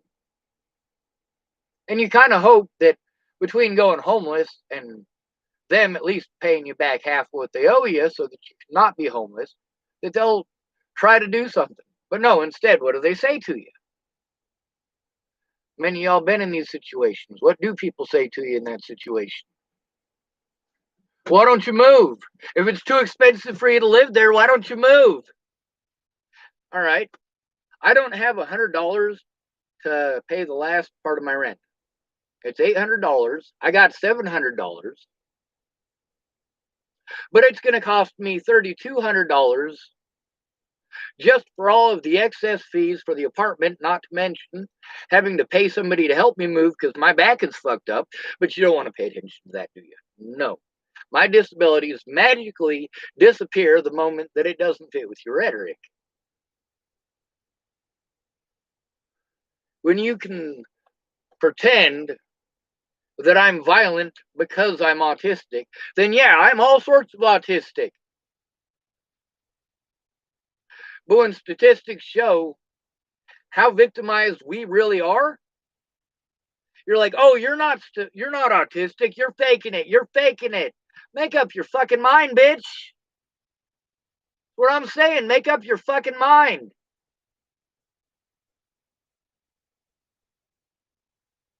Did God predestine everything and we're just doing what he programmed us to do? Or do we have free will and God is minding his own goddamn business?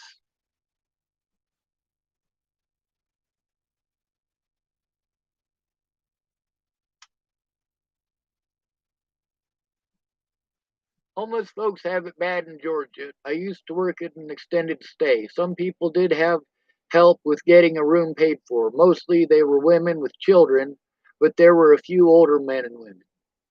Yeah, some people are worth more than others. Some people are worth more sympathy. Women and children are first on the list, always. Women and children come before everyone. With the children, I agree. With the women, not necessarily.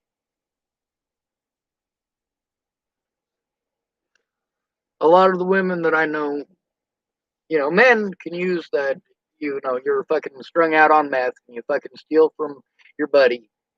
You're good looking, you got a bunch of girls that got crushes on you. And besides that, you've been feeding them meth for a while, so they have sex with you. So when you got an issue with this dude, you just go fucking spreading rumors. It's fine. The wrong guy's the one getting harmed, but it's fine.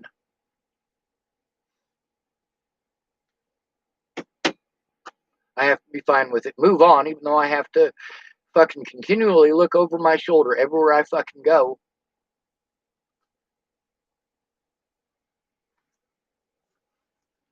All right, here's one that's held for review. I haven't gotten down that far back in the reading yet, though. Star Maya also typed, there was also a disabled man who could hardly see and could only communicate through sign language. The managers hated his friend for sticking up for the disabled and the homeless. Yeah, you see how the cops treat people that stick up for the disabled and the homeless. They threaten to arrest them. What happens if somebody in a house with a job is threatened with arrest? They fold. They don't want to lose their job. If they got kids, they don't want to lose their kids. Sure, they were doing the right thing, but they fold.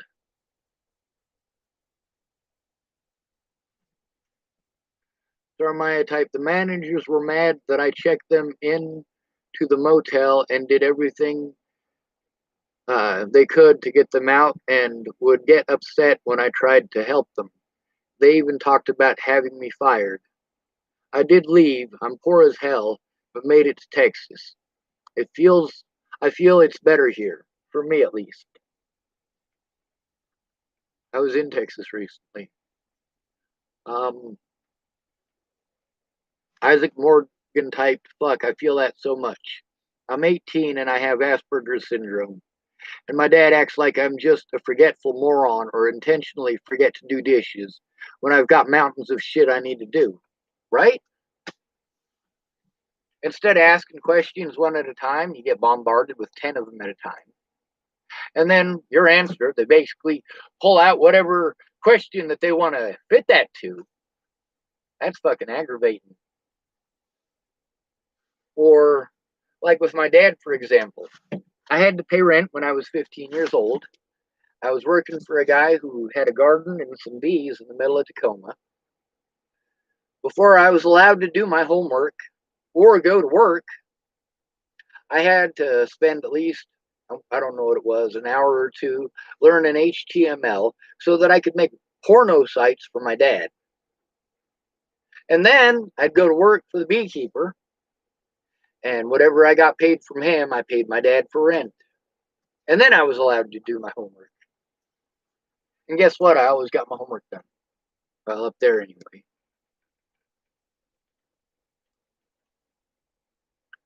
And that's the thing. We've got some parents who try to understand autism, and there's some of them who use it as an excuse to talk down to us and treat us like we're retarded. It's not easy. You're 18. Fuck, dude, I hope you survive it. I hope we change the laws before you end up getting through the fucking ringer like I have. Isaac Morgan typed, of course, I can't blame him because he's a Mexican immigrant and didn't get taught about mental disorders or just doesn't believe him. He had it rough too. Yeah. Isaac Morgan typed, but when the issues are constant, I'm stuck between either sucking it up and dealing with his shit so I can have a future and have a job alongside him, or try to move on and live on my own terms. Eli Ruderman typed, God is here for you. Never feel lonely. Look around you. Fuck your bullshit, Eli. Fuck your bullshit. I'm going to finish reading what you typed because you took the time to type it. God is here for you. Never feel lonely. Look around you. The earth didn't come from nothing, and God has made it all. Prove it! Prove to me that your God is any better than anyone else's imaginary fucking friend. Prove it! Don't give me bullshit stories about how you got fucking lucky and it must have been God. I got friends who are Odinists, and they swear to Odin that Odin saved them. I got friends who are Christians. They swear up and down that it was the Jesus who saved them.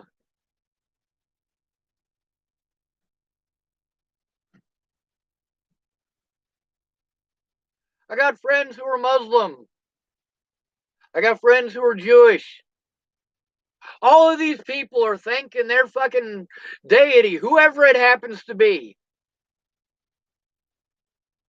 But what are they supposed to mean to me?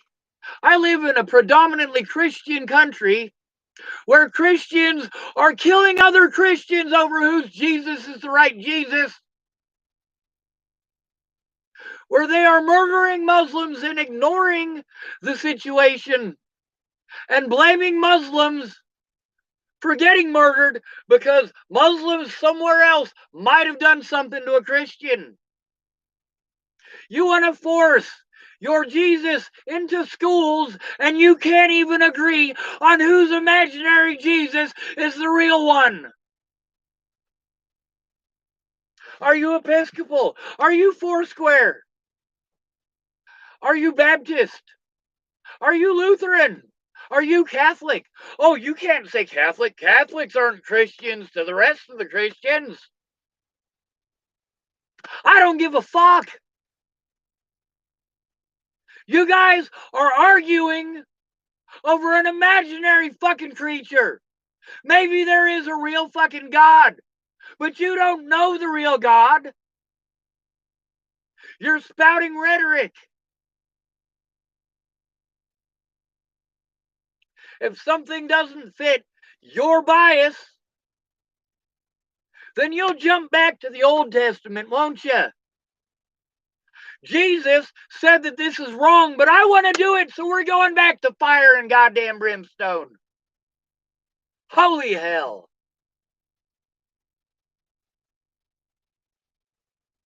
If you believe in a God,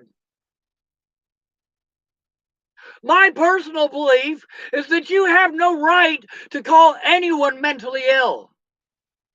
You have no right to tell any child that they can't have an imaginary friend. You have no right. None. You have no right to change the rules so that it's okay for you and only wrong if I do it.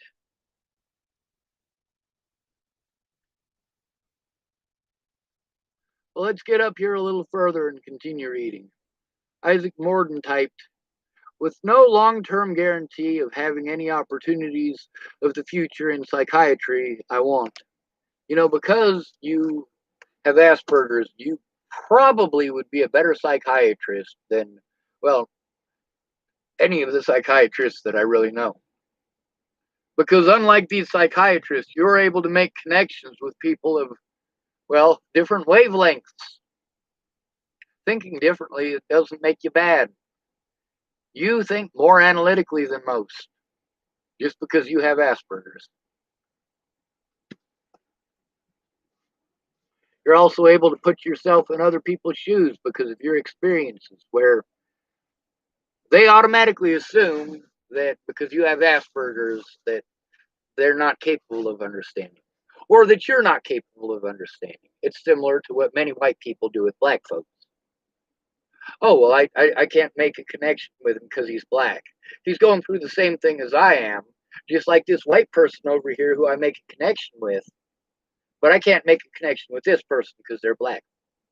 That don't make any goddamn sense. They're a human being going through the same thing that you are. You are feeling what they're feeling.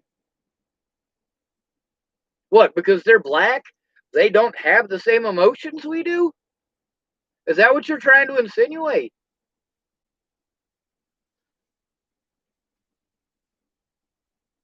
Let's see. Um, Eli Ruderman type, listen, bro, I'm so sorry for your past experiences, and I hope you know God is here for you. Yeah, you know what? God watched me get raped. God watched me get beaten. God watched Natalie get shot in the head. What good is a God who doesn't do anything? What good is a police officer if our safety doesn't matter? What good is a police officer if you go to that police officer when you were raped and that police officer does nothing? By that same token, what good is asking God for help going to do me when he does nothing? Oh, sure, there is stuff that I can attribute to God, but I could just as easily attribute that to the ghost of Natalie Bollinger. I can also flip it up to chance. But the reality of the situation is that I'm dealing with human beings with human emotions, human responses, and I am wholeheartedly and fully aware of what those responses are, of who they're going to come from, of who is most likely to do this and who is least likely. See, a lot of y'all just assume that somebody with Asperger's is fucking retarded. We learn faster than you are, or learn faster than you do. We are superior mentally to all of you. It doesn't matter what color our skin is, we are superior mentally. You brain damaged primates telling us that we are brain damaged. You don't like that, do you? You don't like being told that you're brain damaged. You don't like being called a primate. You don't like it. Well, holy shit, what makes you think that I like it? But you'll say that it's okay because of the term mentally ill. You'll try to stuff drugs in me as if that'll help me get unhomeless, as if that will stop the assaults, as if that will make it so I can see my loved ones.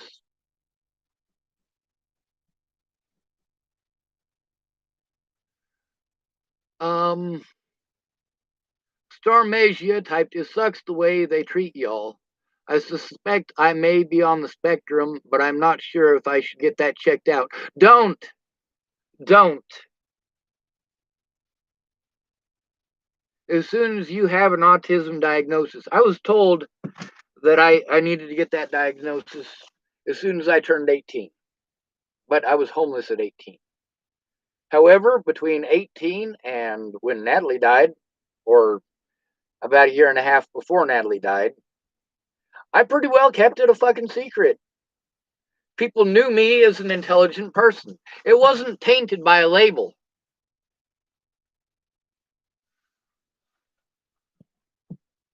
But once those people knew that I had Asperger's, they went from telling me, dude, you're the fucking smartest dude I know, to, well, you know how they treat me. Like I'm a fucking idiot. Like I don't know what the fuck I'm talking about. I grew up in the system. I know exactly what the fuck I'm talking about when it comes to the system. I grew up with victims of sexual abuse and police brutality, and myself was a victim of both as well as a child. Yes, I know what the fuck I'm talking about. Autism is not the same thing as schizophrenia.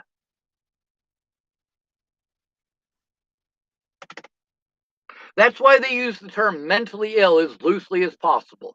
So they can treat you like you're schizophrenic when they fuck up. They can abuse their power and your disabilities to justify any crime that they choose to commit against you. And the only protection that you have from that is someone who cares enough to actually go in person, not somebody who is going to fucking bullshit you for 7 months of fucking abuse.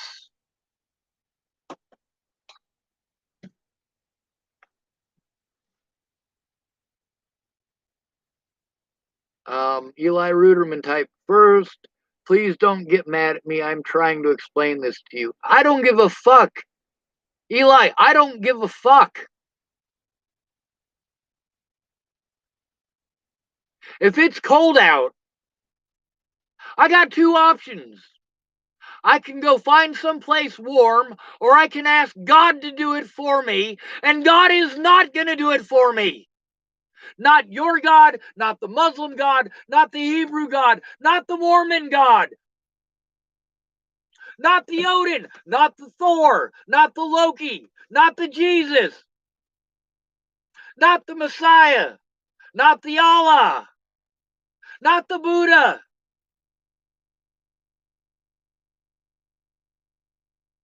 None of these deities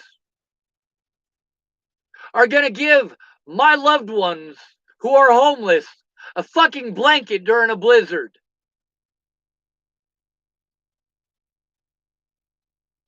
One of the most offensive things that I heard while passing out blankets was people saying, "Thank God." Well, fine, thank God. But I'm the reason you didn't freeze to death. Now, did I treat them like shit for saying thank God? No. Did I tell them my belief in God? No. I was just fucking glad they weren't fucking freezing to death. That doesn't make it any less of a fucking insult. I know so many women who got out of fucked up situations because they called me for help. And I showed up and I helped her move. And then she says she wants to thank God. She couldn't have gotten it done without God. There's no mention of me. God gets the glory for my work. But I am still the one doing the work. I am still the one who passed out those blankets. I am still the one trying to change the system that allows police officers to literally rape and murder us and get away with it. Our families can fucking murder us and get away with it. If your dad rapes you and you cut on yourself and you were called mentally ill, yeah, your dad can do it whenever he wants from there on in. As long as he uses a condom, right?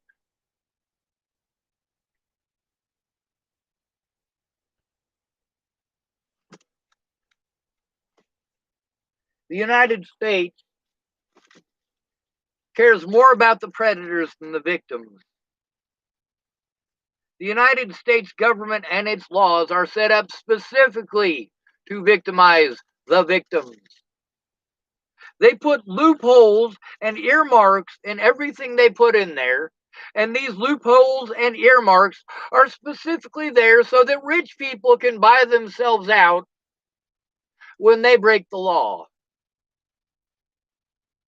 Sure, you're not a child molester, but one of your neighbors who is a female is a fucking paranoid nut job and thinks that you might be. So you got to deal with the whole goddamn neighborhood treating you like shit, including the cops. Hell, you might even go to jail over their fucking opinion and prevent that person who you supposedly committed the crime against from even coming to court. Oh, we felt it was best to try to protect the victim. No, you didn't. You knew the person wasn't a victim and that they would say something other than what you're fucking claiming. And that's why you and the cops went out of your way to make sure that that evidence and that witness were not there.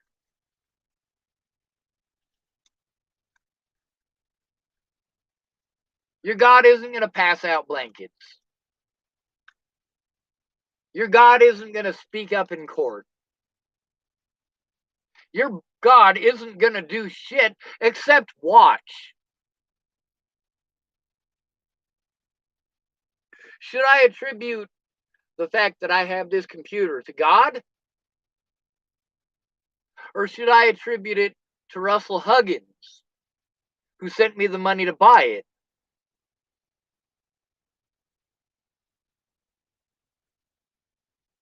Should I attribute getting into housing to God? Or should I attribute it to the fact that someone finally got off their ass to help me instead of telling me what to do? You go in alone, you get nothing, especially if you got a dick. And most of you women have severe problems understanding that. Women are a lot more likely to get help, and even they find it difficult to get help.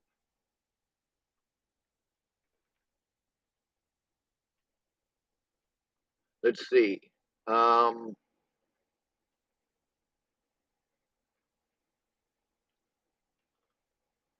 let's see. Damn, you guys did a lot of typing while I was talking. I'm going to be spending about 20 minutes just reading what you typed.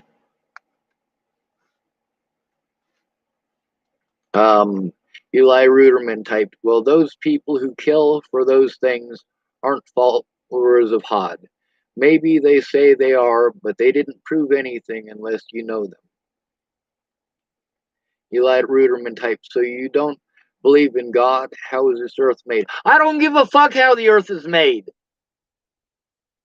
When somebody is punching me in the face, whether there was a big fucking bang or a fucking God makes no goddamn difference. I believe in the possibility of a God. I just don't believe in your bullshit one. I don't believe in your imaginary friend. Your God isn't real. I'm not saying that there is no possibility of there being a God. I'm saying that yours is fucking bullshit.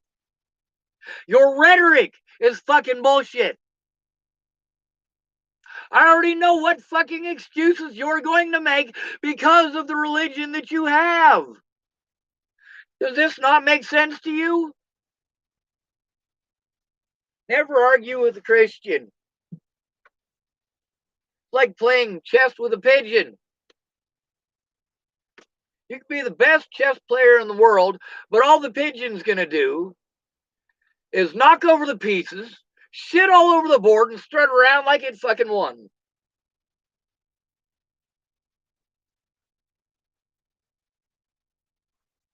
Does how the earth was made matter when you're getting raped? Does how the earth is made matter when you're being beaten? If God can make the entire goddamn planet, and he's here at all points in time, and he's always watching, your God is a sick fuck.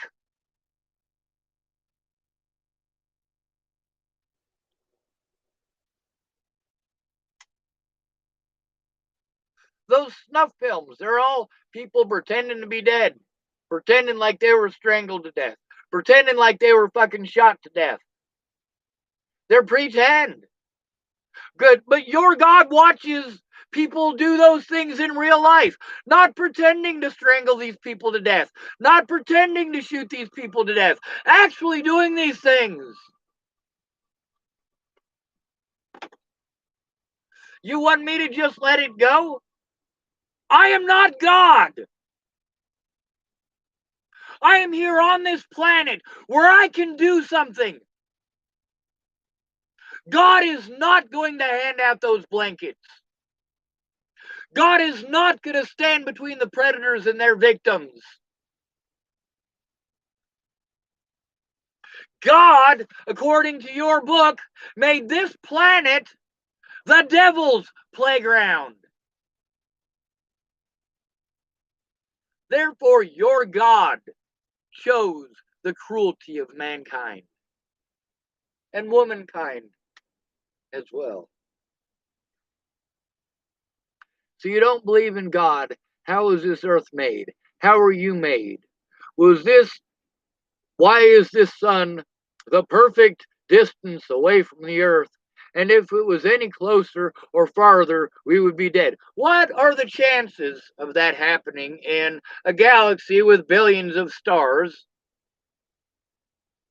and billions of planets surrounding each of those stars? In a massive universe with billions of galaxies, with billions of their own stars, and billions of planets surrounding those stars, what are the chances that a planet like Earth would exist? Pretty goddamn good.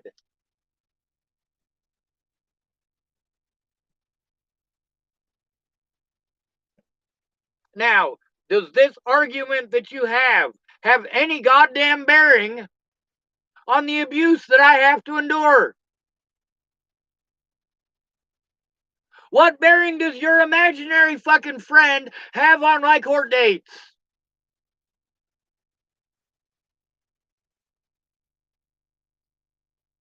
What is your imaginary fucking friend going to do?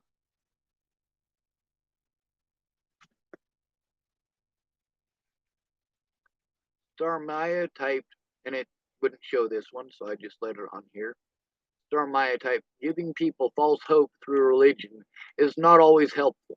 People are fucked up and destroy each other for dumbass petty shit. Sean David has a point to be mad. Thank you, Star. It's actually not helpful at all. And that's true too. It's not helpful. See, here's the thing. You guys are terrible at fucking diagnosis.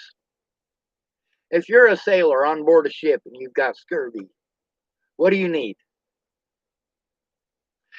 Your skin is all dried. It's peeling off your face. You look dehydrated. If somebody says, hey, you need to drink some water, if you're a sailor, you already know that them dipping a cup of salt water out is going to make it worse. You know, because you're a sailor, you have been in this situation, you know what scurvy is, you know that you need vitamin C. But then you got some preacher on board telling you to pray. Pray for God to get rid of your disease. God's doing this to punish you. You must have done something. Fire and brimstone, fire and brimstone, fire and goddamn brimstone. Let's start a new Baptist church if you don't agree with me.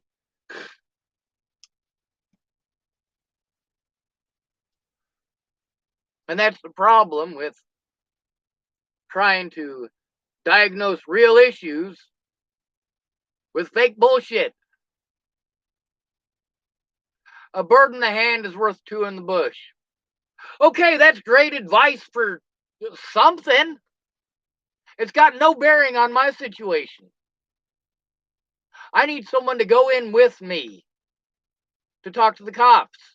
A bird in the hand is worth two in the bush doesn't get someone to go in with me to talk to the cops.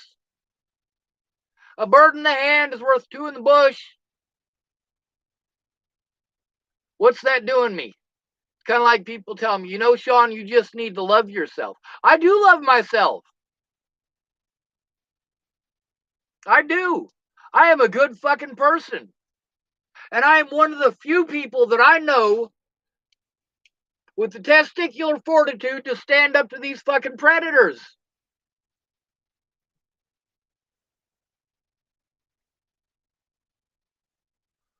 You just need to love yourself, Sean. Does loving myself stop people from harming me over the bullshit with Natalie Bollinger? Did loving myself stop Waylon Lolatai from assaulting me? Did it? Did loving myself stop that predator, my predator, from harming others? Unlike most of the women that I know who have been in situations not even close to this bad, but they have no remorse for his next victim. None. No remorse. You let him go and he killed somebody.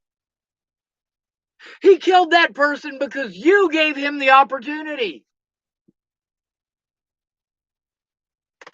I did my best to cut my predators off, to prevent them from having those opportunities by telling, or at least attempting to tell, their superior officers, by calling other agencies. No matter what I did, I was told it was wrong.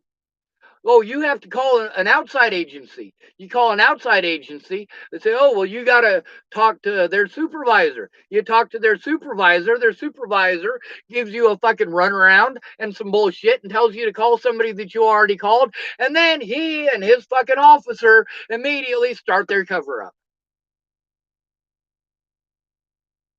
That is why you have to call their superior officer first, so that they can start covering up their crimes and getting a hold of the police officers union to get help covering up their crimes before you are able to reach someone who's willing to do something. You just got to love yourself. Didn't stop these people from abusing me. You know, Sean, you just need to move on. No, my predators needed to move on. They haven't, which is why I need help. What Natalie Bollinger did in Virginia in 2016 was entirely predatory.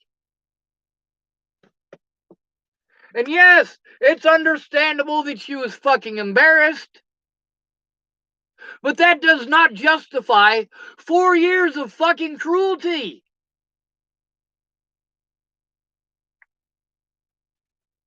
Eli Ruderman type. I don't know what past experiences you have with people who say they believe in God, but just because somebody claims that, it doesn't mean they are. I don't give a fuck. I don't care if you're a real Christian or a fake one. I don't.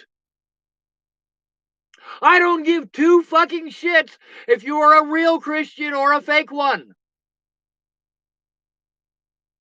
The help that I need doesn't come from prayer. It comes from you not being a bitch.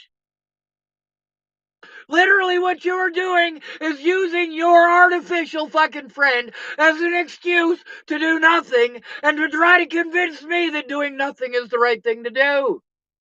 It's not. Isaac Morgan retracted 2 messages right before I got to read them. I'm sorry for whatever it is that I didn't read. Eli Ruderman typed, I hope you know that I am not being mean or trying to hurt you in any way. I'm just trying to help you and not let you deal with all this. I don't have a choice. I don't have a choice. When Sandy Fromm threatens my life, I have to deal with it regardless of whether you believe in God or not. Regardless of how much I may pray, God is not going to do that job. God is not going to do my job for me. He's not going to do the police's job for them. He's not. When it comes to human society, God is a conscientious fucking objector. God does not fucking get involved. Or if God does get involved, and that shows that there is a God, then it shows that God is evil. And you, for telling me to look away, that makes you evil. Only an evil person would do that.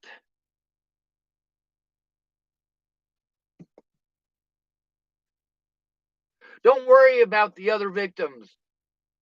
Don't worry about your loved ones who have to endure this. Just worry about you. You're allowed to love your loved ones. You're allowed to worry about them. You're allowed to care about them. But then here you are, and your advice is for me not to. You're a fucking dumbass. What the fuck is it with Christians coming on here and showing what fucking idiots they are? Can we get an intelligent Christian on here? Can we get a Christian who is a decent excuse for a human being instead of a fucking excuse maker? Can we get that, please? Can I get a real Christian of faith on here instead of someone who makes excuses not to? Where are these good Christians? You're not helping. Most of the Christians who got involved were busy threatening my fucking life in the name of their goddamn Jesus. Are you out of your fucking mind? Yes, you are. You're fucking schizophrenic. You're asking your imaginary fucking friend to do something about it. And then you're abusive to the people who don't believe in your imaginary fucking friend. I cannot sit two Christians down next to each other and have them tell me about the same Jesus.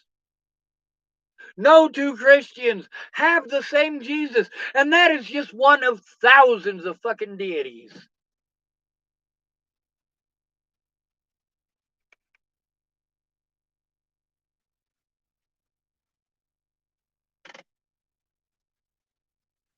Leave it to the Christians to spout the ignorance. Star my type, we as people should help each other instead of waiting for a God to do the helping. Amen. Amen.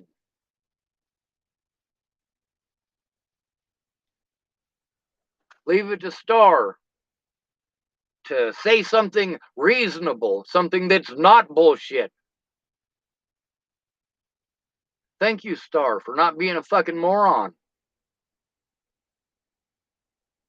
Eli Ruderman type, it sounds like your environment isn't good at all, and I hope you know that the whole world isn't like this. I know my environment isn't good, but I need help to not be stuck in this environment. I am not able to do the things for myself that you want to say that I need to do, regardless of how many times you tell me to do it. Telling me that I need to get into a place doesn't get me into a place. And it doesn't prevent the people who own the place from victimizing me. Anyone can victimize me and get away with it by calling me mentally ill. Anyone. What's your God gonna do about that? By the way, bitch, I do pray every fucking goddamn day. But you wouldn't know nothing about that, would you?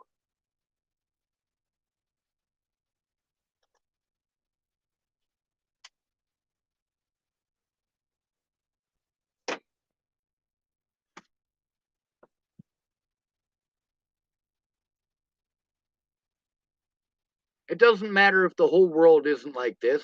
I'm not in the whole world. I'm in the United States of fucking America.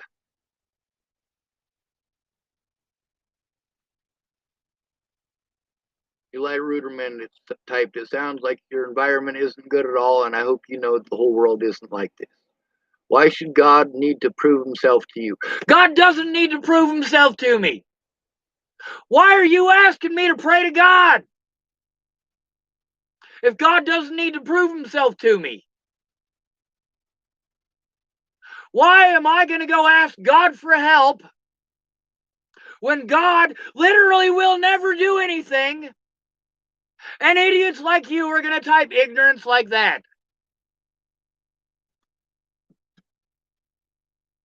You want to use the fact that there's flowers and ground to say that there's a God.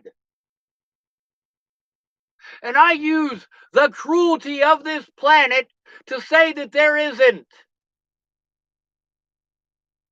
God loves the flowers.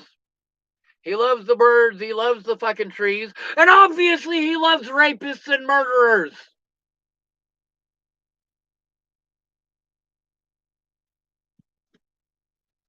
This dude doesn't want to listen to anything reasonable, doesn't want to contribute anything to the actual real life scenario. He's off in fucking La La Land with his magic goddamn unicorn.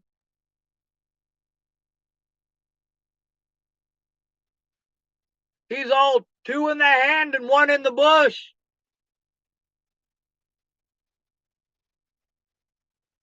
It's not help. If I am being pounded in the face by 10 dudes twice my size, you telling me, while watching it happen, telling me I just need to love myself, that doesn't stop the fucking violence, does it?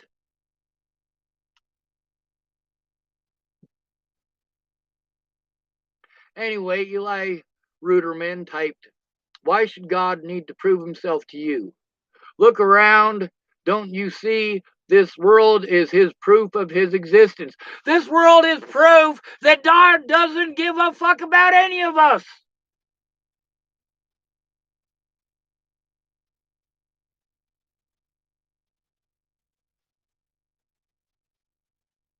God isn't going to do shit. God's not a motherfucking lawyer. God isn't a fucking general contractor. God isn't a fucking plumber.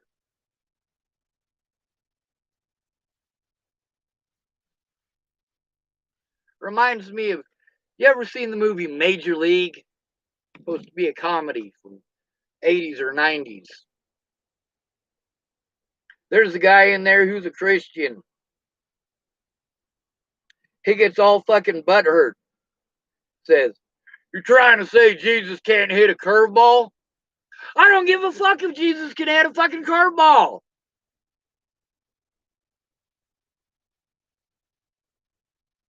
I care if the girl down the street with fucking cancer is in a shit ton of pain and she's gonna fucking die. God ain't doing shit about that. How is he gonna find any time to help all these children when he's busy listening to all you motherfuckers who don't give a fuck about them children playing for your goddamn football team? Dear Lord, please let the Broncos win this week. Lord, please let the Broncos win this week." What happens if the Broncos don't win this week? You're gonna get drunk and you're gonna fucking rape your daughter again, dumbass.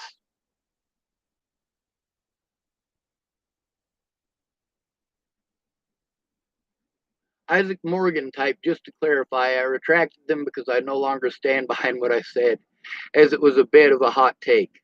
Either way, I agree 100%, Sean. If God is real, then as a former Christian, fuck God. I grew up Christian. You know, I read the entire Bible front to back when I was 6 years old. I was given a picture Bible when I was 12. You know how insulting that was? I still read the picture Bible, though. I was still grateful for it. I was still glad for it. But I'd already read the real thing.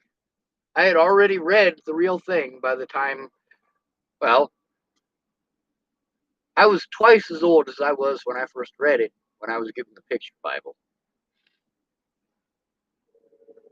Ed Ruderman typed, "If you want an intelligent Christian on here, then look a video up about God." Holy shit. Shitting on the fucking chessboard again. Star Maya type, "Haven't left actually, Sean David. I just hope you don't decide to end it all. I've also tried and it didn't work out, but I'm glad it didn't. I hope to help more people besides the people at the motel." Yes, ma'am. Star, did you work at the motel in Boulder that I went to?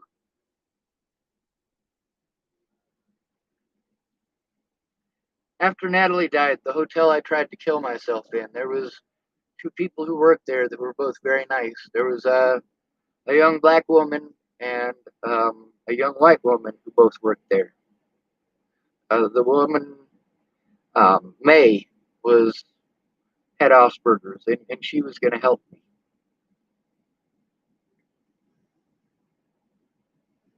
Restricted numbers still calling me. Isaac Morgan typed, "My prayers didn't stop my Christian dad from yelling at my mom, and that didn't stop their divorce 10 years ago. God works in mysterious ways, I suppose." Star Maya typed, "I used to be Christian, but it's not possible to be one and be truly decent. Too much hypocrisy and too much sheep mentality." Isn't that sad? Some of the people I love the most are Christians, and I can't be around them because they do terrible things. Because now that they have become Christians, see, most of them, or many of them, weren't Christians to begin with. They had somebody that it was love at first sight. There's no such thing as love at first sight. That's called lust. Seriously, look it up. But you do evil and terrible shit because you want to be with this person. So you pretend to be Christian. You go to the church and you talk about God and how God is your salvation. And God is going to save you from this and God is going to save you from that. Now, before you were Christian, you would do something to help.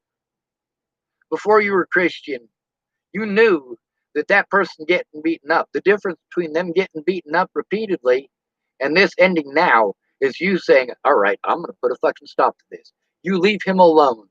You go away. If you see him down here, don't talk to him. Don't look at him. Just leave him the fuck alone.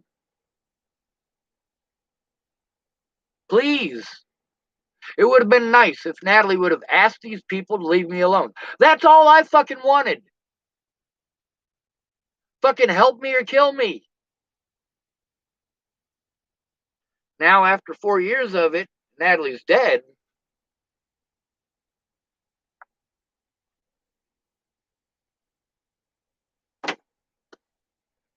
Isaac Morgan typed, Star Maya or Magia, I don't know how to pronounce it, I'm sorry. Yes, exactly. In any case, gods or no gods, this world is a fucked up place. And we shouldn't wait for any god to make it better or look to them for guidance. I agree. You know, my favorite book of all time is the Bible. How fucking crazy is that? My favorite book in the Bible isn't just one book, it's a whole series of them. It's called the New Testament. See, unlike many of these people in the past who made excuses for doing harm and using God to do so, that's what Judaism is.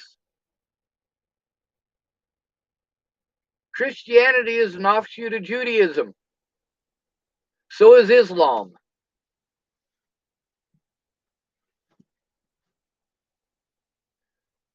The Old Testament is cruelty and excuses for cruelty. The New Testament is Jesus telling us how wrong that is. Telling us that what we were taught about God was all wrong. Also, Jesus was a good man. I mean, look at the dude. Look at what he did in his lifetime. Well, you guys want to focus on whether or not he was the Son of God to the point that you're willing to murder millions of people and you say, it wasn't me. It wasn't me. It wasn't me. I didn't do it. I wasn't the one who committed those crimes. Well, all right. We know where your head's at. Meanwhile, you, as a Christian, haven't said anything useful about this situation. Nothing. Natalie's dead. What have you typed about Natalie? Nothing. What have you typed about my situation? Nothing. All you care about is fucking pounding your obsessive bullshit at me.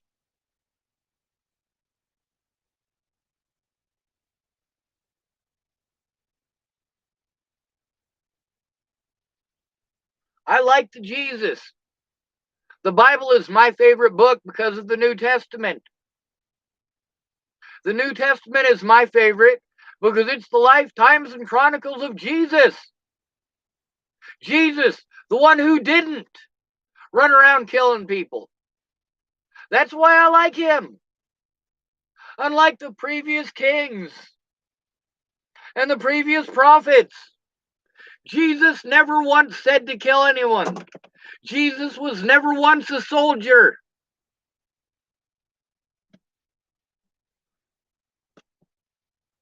The things that Jesus spoke out about in the religion of Judaism, he spoke out. He basically, his life was a protest to the Old Testament. A protest.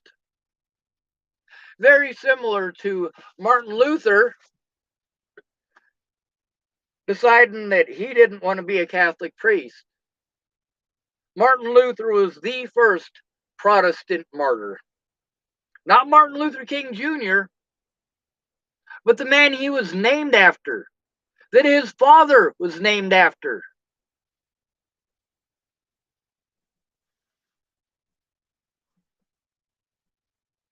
And you say they're not real Christians.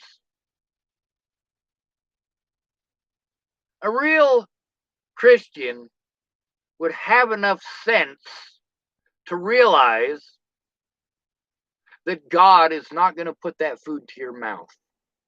God is not going to breathe the air for you.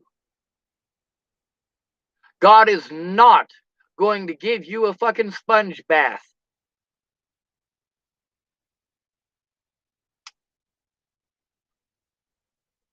The excuses that Jesus spoke out about for his entire life, the excuses that the Jews were making for doing terrible things to each other in the name of God. And today, we get to see Christians doing exactly the same things in the name of Jesus. You're doing exactly the things that Jesus spoke out about. And you're doing them in Jesus' name. Holy hell.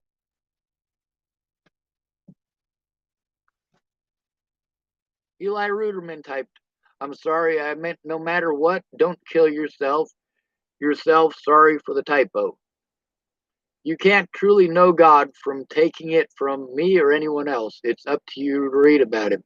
How about we drop off God? God didn't shoot Natalie Bollinger. God did not assault me.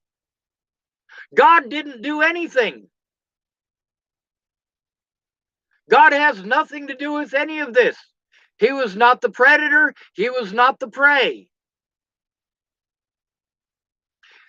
God was not the judge. God was not the DA. God was not the public pretender. God was not Waylon Lolatai. God was not Officer Burke. God was not Officer Jonas. God was not Deputy Hahn.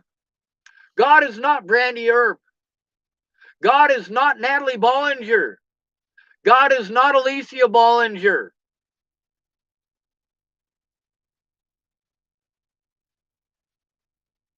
What the fuck does your God have to do with this? You tell me to pray to your God, and then you make excuses why your God's not going to do anything before I have even made the attempt to pray. So you have already acknowledged that your bullshit is bullshit before I even get to make the effort. Stop proving that it's bullshit if you want me to try something.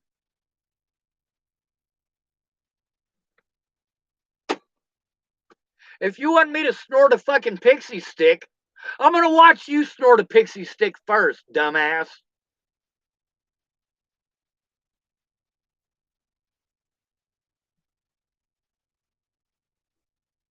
Maura O'Hara typed, there are plenty of community outreach sources that you may access for help to ease this pain.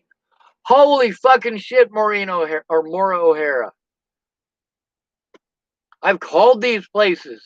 I've been to these places. I've spent 4 years of throwing every fucking resource I have. Did it work? No. No, Maura, it doesn't fucking work. You telling me to do the same thing over and over again doesn't make it work. If you always do what you always did, you will always get what you always got. You know what I got for treating everybody with respect? You know what I got for being a decent excuse for a human being? I got victimized. Why the fuck would I go back to being that person?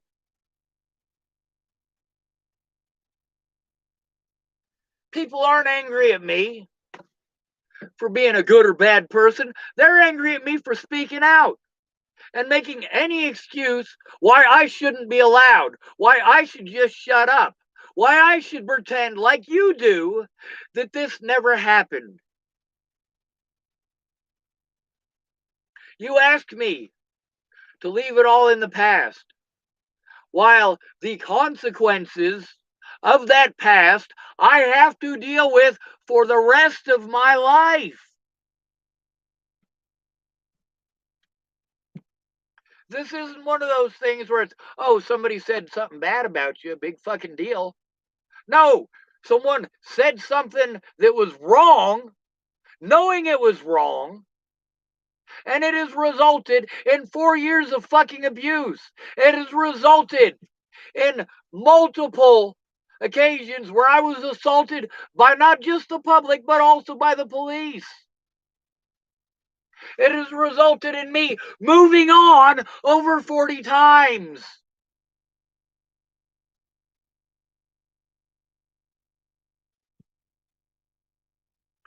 These places, none of them were interested in actually helping.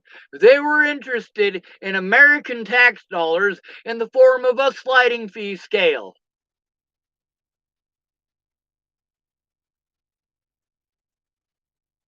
They told me if I jumped through these hoops, then we could do something about the abuse. And then literally, they never once did anything about the abuse. Never once.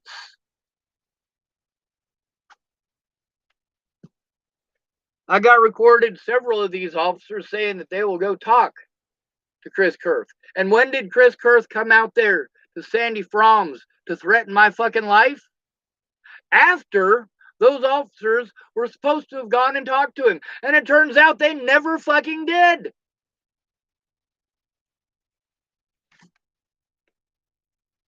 Eli Ruderman typed, I don't want to type about Natalie or your situation because I know nothing about it and I don't want to make you upset or get anything wrong about this situation because it's a serious topic. That's right, it is a serious topic. And you are taking away from that topic by throwing your God bullshit in here. I need help. Not some fucking idiot who doesn't care about the situation, isn't going to find out about the situation, but just wants to give advice. It's the same goddamn problem I have had with literally every person I have gone to for help. They don't want to look at the situation. They don't want to fucking look at evidence. They don't want to actually help.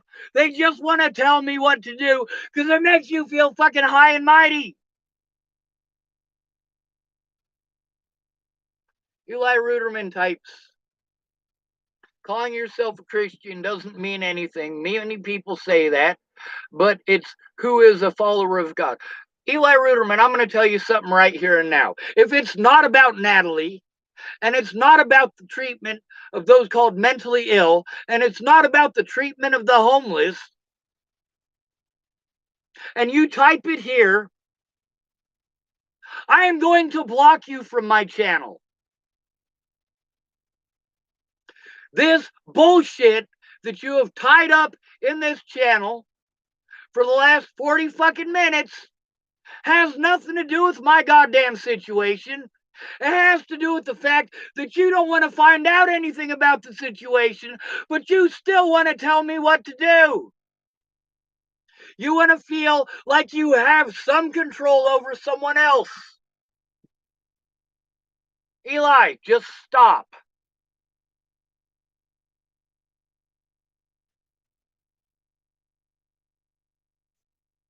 Thank you. I love the Jesus. Good idea.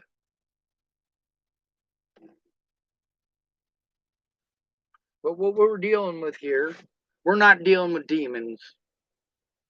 We're dealing with human beings. Human beings chose to do these things. Human beings chose to feed me. Human beings chose to clothe me. And, of course, human beings chose to harm me and to assault me and to steal my things and to slander me and to send others after me. The entire Bollinger family pretends like they're Christians.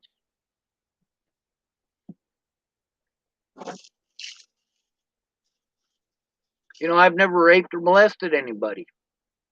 Ted did. His own fucking family.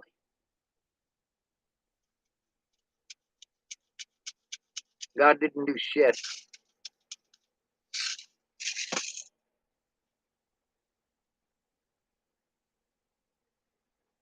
I ask human beings for help because these are human problems that I'm dealing with, not God problems.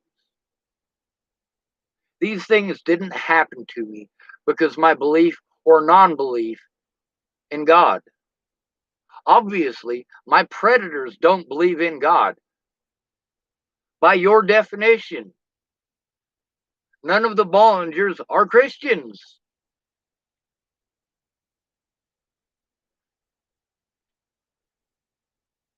The problem here is with Christians, not God. The problem here is with Christian excuses, not God. The problem here is manipulating the innocent, harming the innocent. Human beings doing these things, not God, not Satan. Joseph Lopez shot Natalie in the head.